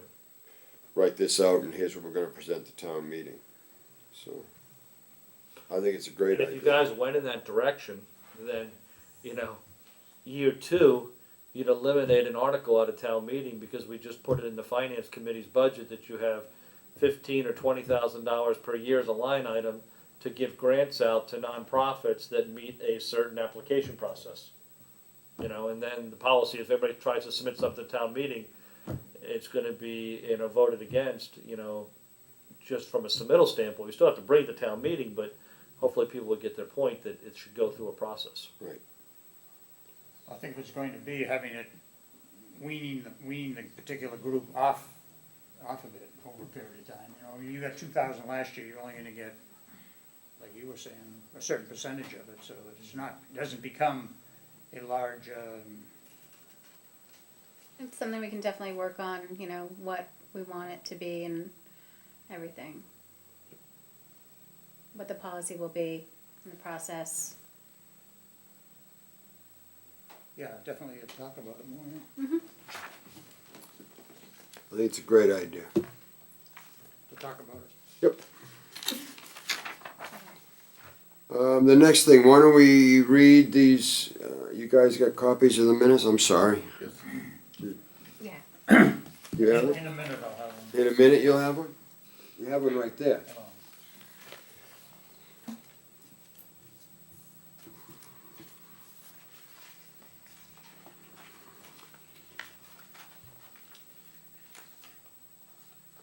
Considering I wasn't here, so.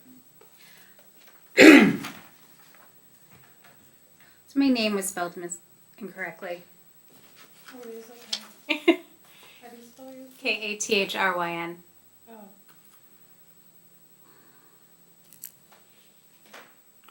I didn't even notice that. Your spelling is wrong, you said? Vinny? Yes. How does it go? Kathryn.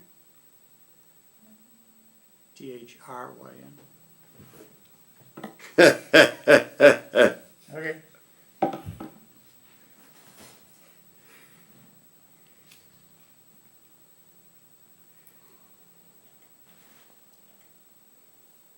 We're gonna have to hold off on these minutes anyhow. We don't have a quorum to vote and approve them because John's not here. you were not here. So, John Cotter is the only other one who can vote. that's correct. We'll have to wait till John gets All back. right. We will take that up at the next, speaking of the next meeting.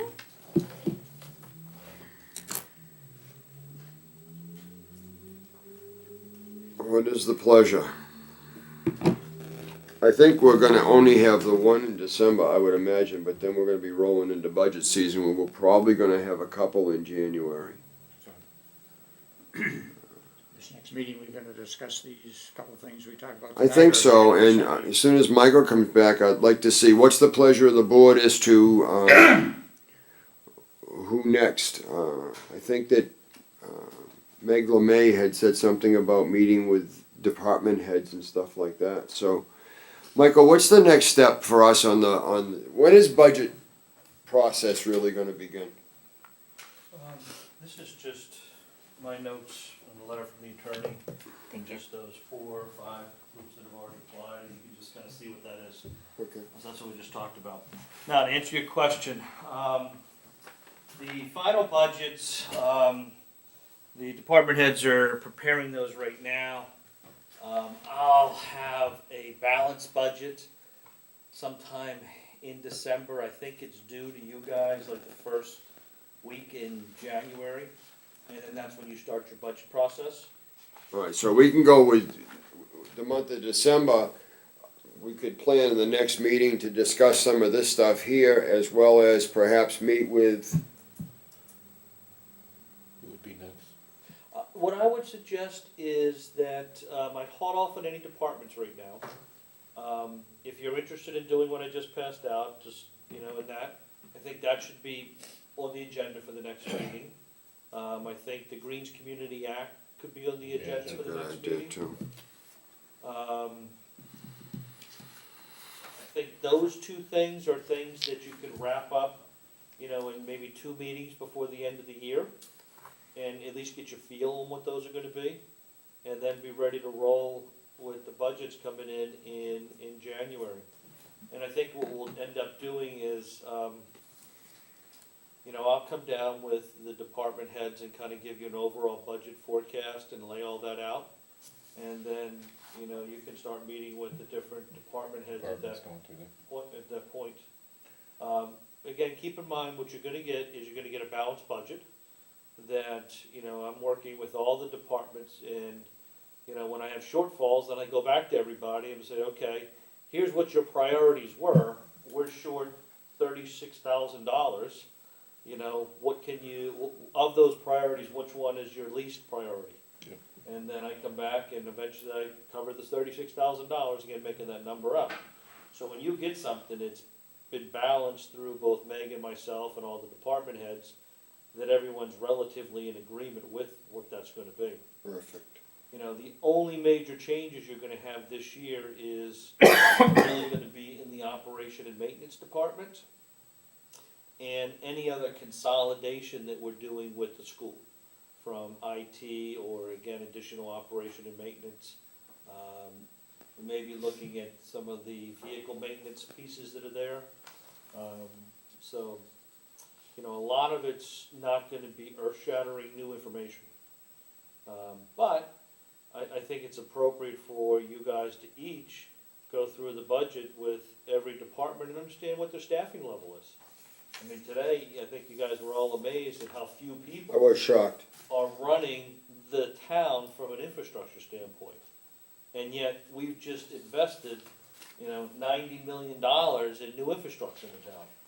That $90 million has a cost, and you gotta maintain that. That's right. And that's what we're trying to set up a structure to make us do, so that becomes the priority. Megan said something to me about, she'd like to see the department heads of within the town hall all meet as a group to make life a little bit easier on the finance committee and on them if they have an opportunity Yep. to do that. And she'd like to see that done just because of the crunch time. I guess in past, it's gotten put off. And I know what we went through our first time going through it, and it was just bombarded with, all this has to get done. And, I'm trying to make that process as easy as it can be. Didn't we do that on a Saturday or something, where we had everybody come in We used and to- sequence or something? Historically, it used to be done on a Saturday, but those Saturdays turned into horse trading games. Because, I don't use the word games, but horse trading days. Because everybody come up with their own individual budget and it'd be a free-for-all. Well, how does this add up? How does that add up? How much extra do we have? We don't have any extra. We need to come up with $326,000, so who's gonna start cutting? And that's how the town used to run. We stopped that 5 years ago by having a balanced budget that we submit to the boards for their review. Makes it easier. Because, that makes things a lot more straightforward, and, so you don't have that pandemonium that you used to have. I still see several other things that I think are topics for you to look at. We also talked about Lori. So Lori's the third thing that's come back. Lori, Greens Community, That's and right. this thing. That's right. I think it's probably appropriate, when I look at the largest budgets in the town, operation and maintenance is 2. They may start to be pushing number 1, I gotta look at that, number 2. I'm sorry, they're 3 now, but I think they might start to push number 2. Number 2 is police, and number 1 is school. And I would encourage you to have an early meeting with the school. Right now, they're going through their union negotiations. You've got Scott Neef and Brad Brothers that are doing a great job. You've got a great school committee there. I will tell you that one I don't even think you guys met with last year. Because they're late in doing their budget, but it may make sense to do them early and late, so you at least understand where things are going while they're working out the detail to give you their final budget. I think we met with them, but it was after the fact. I think Yeah, we that's did. what it was. We did, it was after the fact. It was an FYI meeting That's as all it was, opposed to yeah. really anything else. We didn't have anything to say. Same thing with Old Colony. I mean, that was, I'll be a little bit more, I think, involved in Old Colony. You're gonna go and you're planning on going, so I'd like to see us be a little more involved in Old Colony and what they're doing, because I think it's a great school. And I think that it, you know, we're writing them a check every year, so it certainly is something that, you know, we need to look at and pay attention to also. Yeah, so I mean, if I was to pick the 5 things for you guys to do, it'd probably at least 2 meetings before the end of the year. Lori, these nonprofits, the green energy Green. program, the old colony, and a formal meeting with the school. Can you, do you have any paraphernalia on the green community? Or you Yes, bring, I'm gonna- or you'll bring those people in? I'm gonna Try to in do that. contact with the guy and have him forward all that to Alan and get it all to you guys. Now, the waste management or the transfer point, is that gonna be involved with us at all? The garbage thing? I was trying to be. Yeah, that, I'm not sure. the answer is yes, we'll give you an update on that, but that's not gonna be ready until next year. Okay. We're still waiting for some court issues. Yeah, to that's what I figured, play out. it wasn't gonna happen. Yeah, and since the budget's not due until January, you know, there's nothing right then. So, you know, I think you got 5 things you can do between now and the end of the year. Does Great. Tuesday, December 4th work? Tuesday, December 4th. I think, a couple of questions on the nonprofit. When did that start? I mean, if you don't know, but when did it start? How much? And then, you know, like over the years, it's gone up to 23. And it just had that kind of historical. We can easily look that up. Yeah. If you go to the last couple warrants, and you know, go to my warrant packet, it's always the last article. So it's Yeah. in the last one, you'll see. Some people have failed to meet the deadline, you know, and they don't get in. Next year they meet the deadline. We can pull that information for you. Just curious, you was seeing how it is, that trend going up and Yeah. more people. And then the other thing was, when I was growing up, we could volunteer to work for the towns to help out during the summer, the high school kids and stuff. Is that, and you mentioned that, is that a big thing in town? Is where they We get, actually they pay the get, kids. huh? We pay the kids. Yeah, I mean, I think we got paid too, but it's minimal and you get the help and, Yeah, I mean, we pay minimum wage, I think is what it is, whatever the number is now, Yeah. and it keeps on changing. $11 an hour currently. $11, so. are there a lot of kids that do, I mean, is Should that, be is that, a- 125. does that I help? wanna Is that, say that last year, between all the different departments, I wanna say we hired 7 kids for the summer. I think we probably gave like 3 or 4 of them to the DPW. We had 2 in town hall, and I forget where the other ones went. Does the DPW have an age restriction for them to use any of the equipment? They do all handheld stuff, you know, That's weed right. whacker, push lawnmowers, Alright, so there's, nothing that they're sitting behind So- driving.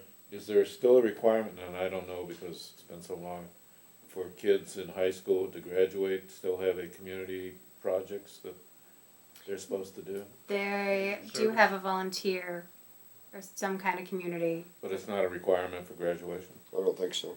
Because I thought some towns have Rose that. Old didn't have to Colony do has nothing. something they have to do, but I don't know Well, about Rose didn't public. have to do anything. No? Okay. There are volunteer hours. I think it's actually like your National Honor Society. You have to have volunteer hours Yeah, for that. for Yeah. that. So I think there's certain groups. But Doesn't she Old didn't, Colony has something, no? I thought they did. no, no, they don't.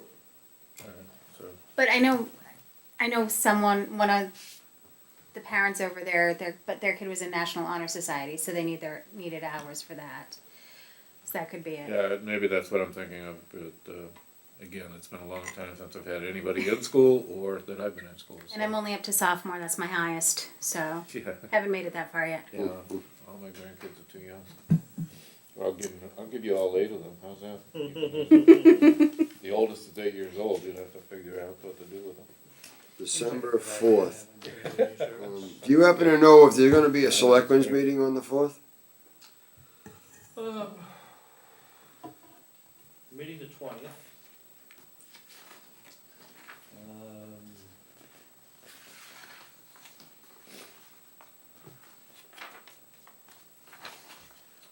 I have one scheduled, but I don't know if we're actually going to have it. I have one scheduled for the 4th and 18th, I don't think we're gonna do both.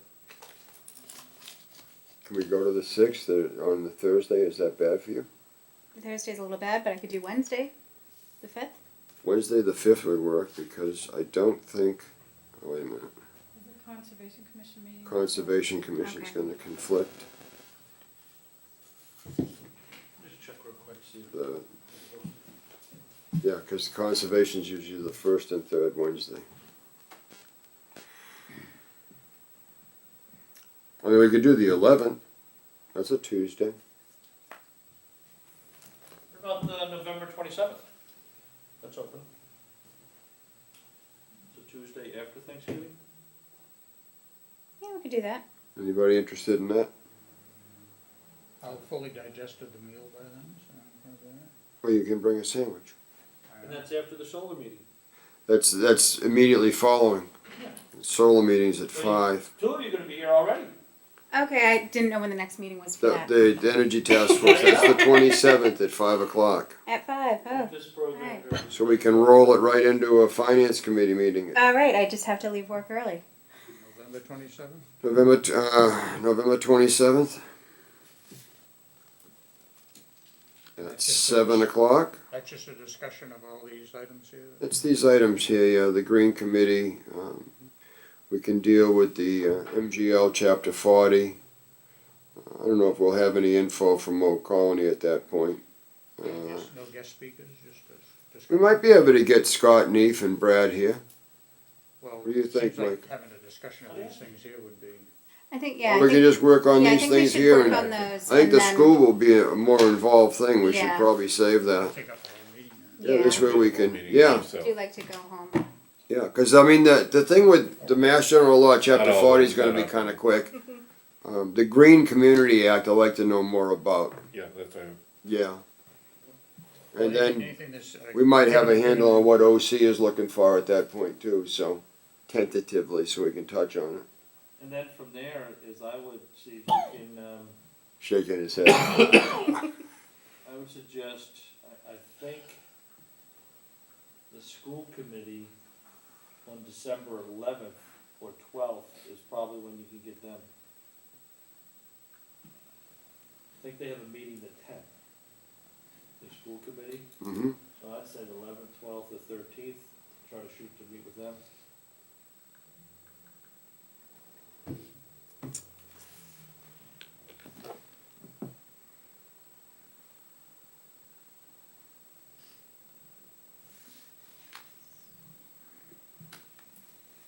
Eleventh, 12th, 13th. anyone's good for me. that's, The 11th and 12th work for me. The 11th and 12th works for you. Let's do the 11th. Why don't you reach out to Scott Yeah, directly, see, Scott. or Brad? When they're Give them available. those 2 dates and see which one works for them. I'm gonna pencil it in and then I'll reach out to them tomorrow.